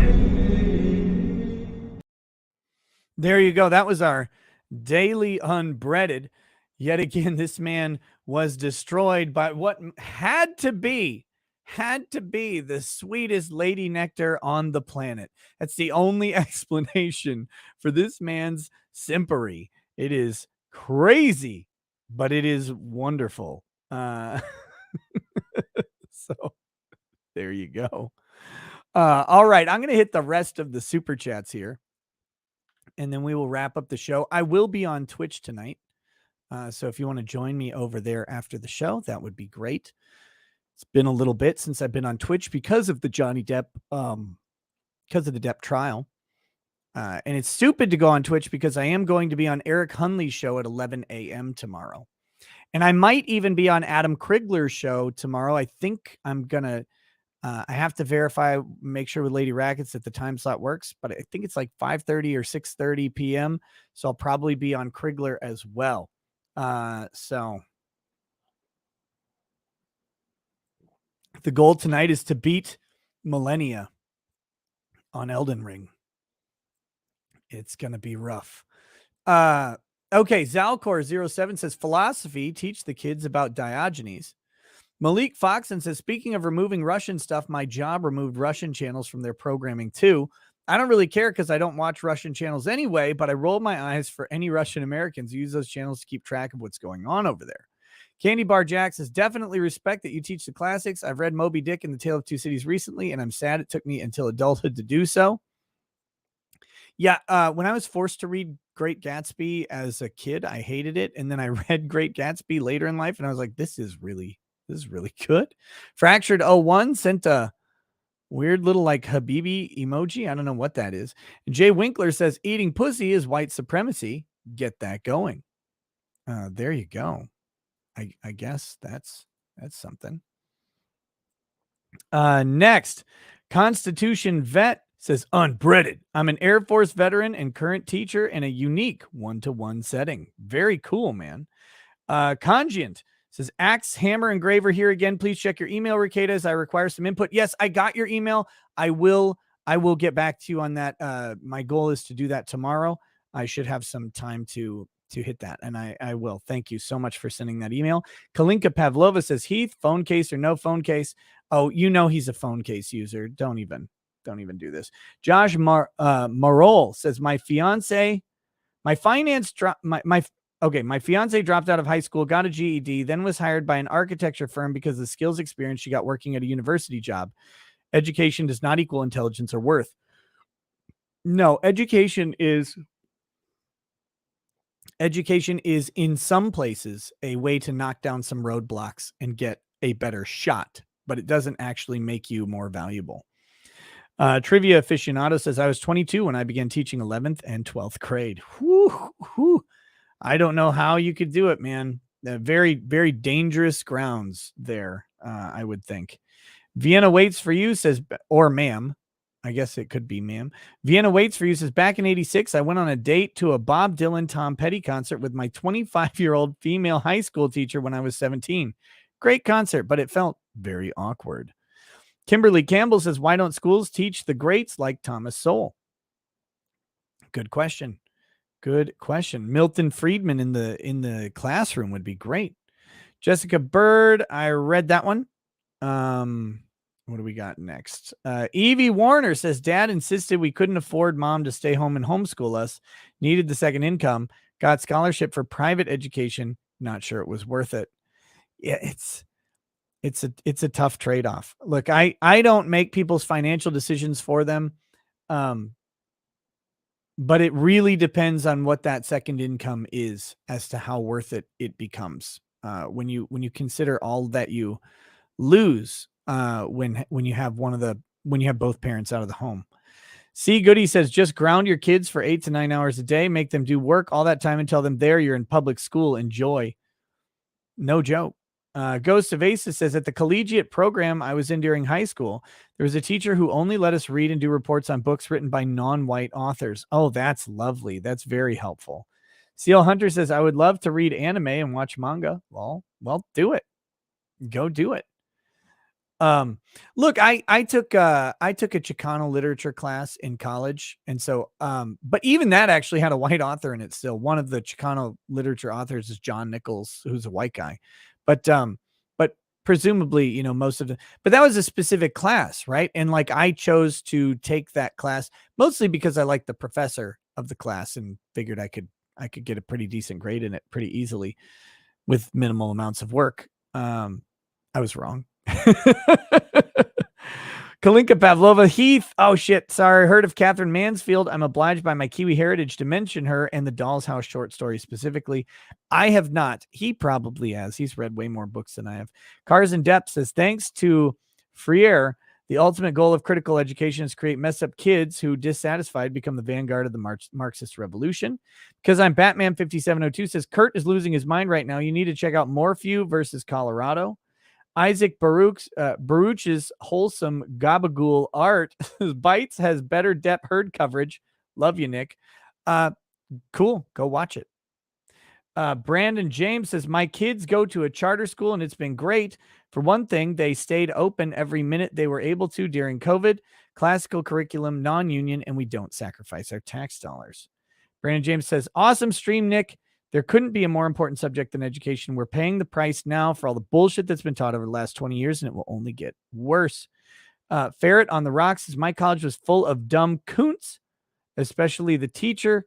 I got A's because I turned in half-wit papers. Modern U.S. education is crap. So there you go. Fluffer Boy 2004 says, not an argument. Dan Goodwin, we are responsible for the branding failure. Binary Bard says, I went to an event tonight where James Lindsay spoke. It was all about all this stuff in education like CRT and SEL. We need alternatives from this. Absolutely. Phoenix Lord Asserman says, asked last time, did you get the literary masterpiece Why I Sued Taylor Swift by the legal scholar Russell Greer? I don't think so. I don't think that was in the book selection. Not quite a classic. Yeah, it's too new. No one's ready for that, right? Ann B. Feinstein says, I know lots of indie authors who would donate their books free of charge. Can they be sent to the school? You can send them to me, Anne. Send them to me. Kalinka Pavlova says, people want to donate books. Is there a P.O. box for Heith? My P.O. box is apparently for Heith right now, so that'll work. Rottweiler says, in my opinion, meaningful change would start locally by starting to vote commies out of school boards and being more engaged in local elections to get rid of people pushing for this lunacy. Correct. How many times has Nick seen Blood In, Blood Out? I think only 2. Shelby Cobra says, I have hundreds of books to donate. Where to send? My P.O. box. Andrew War Snowboard says, it's not just the regular ed classes, it's the special ed classes that are basically camps for kids who can't sit still, behave, or have external factors going on that keep them from succeeding.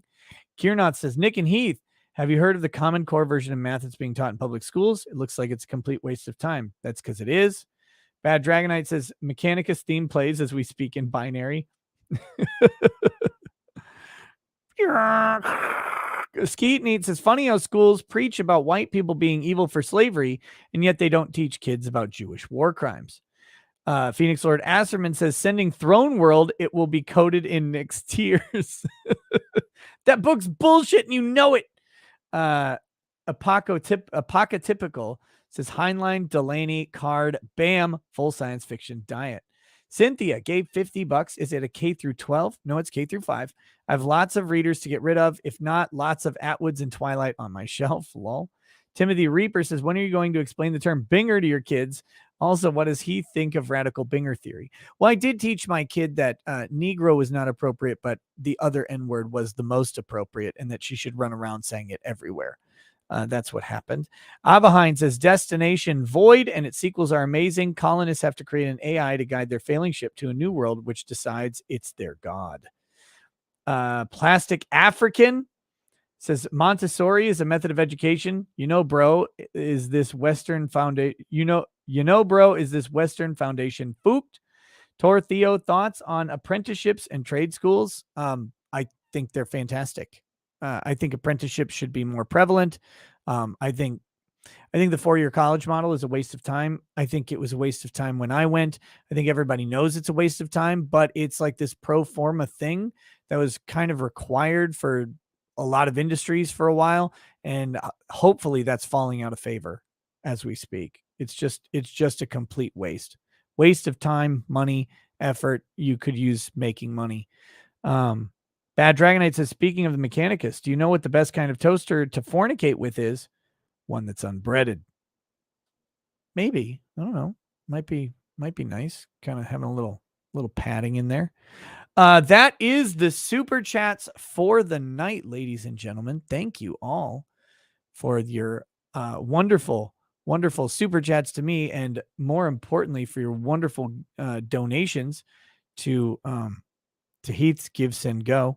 It is up to $3,815, which is a pretty good night, I think. Pretty good night. So thank you for that. I really do appreciate it. Again, you guys are the best chat on the internet, and you are for a lot of reasons. So after that, now I'm going to go over to Twitch after the outro plays. And also, by the way, thanks for joining, listening, and participating in a topic it's a little bit off from the normal sort of show topic that we do.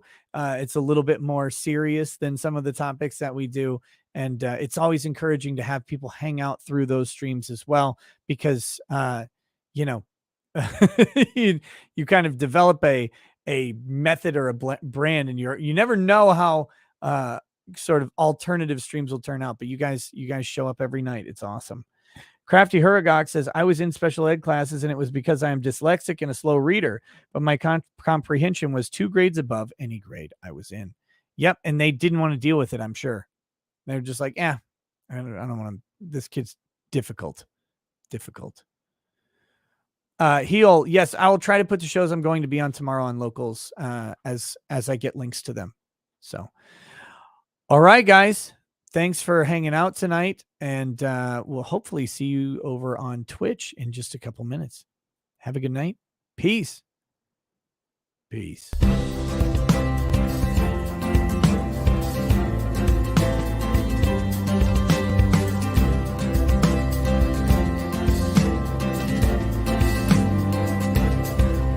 Oh, he drinks a fair bit, but you realize that it just helps get his noggin jogging along. With his glass by his side and his kids asleep tight, we'll hear some lost laning tonight. With his microphone muted, we'll laugh at this boomer until he explains it's all part of the plan. Watch his face become redder as he becomes meta, raging at idiots from Twitterland. From the white shores of Maine to the hills of Glenlivet, there's no one who explains the law better than Nick. So pour out a glass for the ones who have passed to make the law what we have now. Oh, his lady is fair, and she handles herself with the grace of one who has borne many children. As the wife of a lawman, she makes sure that he has the time and the place to provide for them there. So pour out an Ardbeg, a Balmore, a Lafroig. The spirits flow as the ones who get unemployed. So pour out a glass for the tea post on Twitter as we hear lost blaming tonight. From the white shores of Nairn to the hills of Glenlivet, there's no one who explains the law better than Nick. So pour out a glass for the ones who have passed to make the law what we have now. Oh, the guests are all plentiful, from Dante to Drexel. They bring their perspective and spice to the mix. But the reason we're here and the one that we cheer is the one who is showcasing us his career.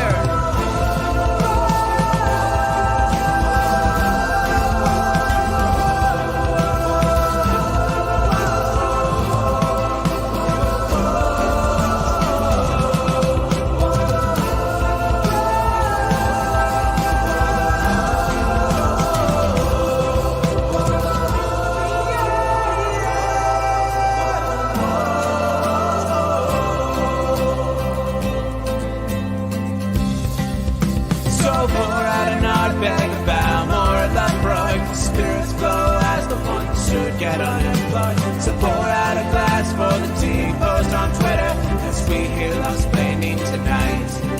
From the white shores of Nairn to the hills of Glenlivet, there's no one who explains the law better than Nick. So pour out a glass for the ones who have passed to make the law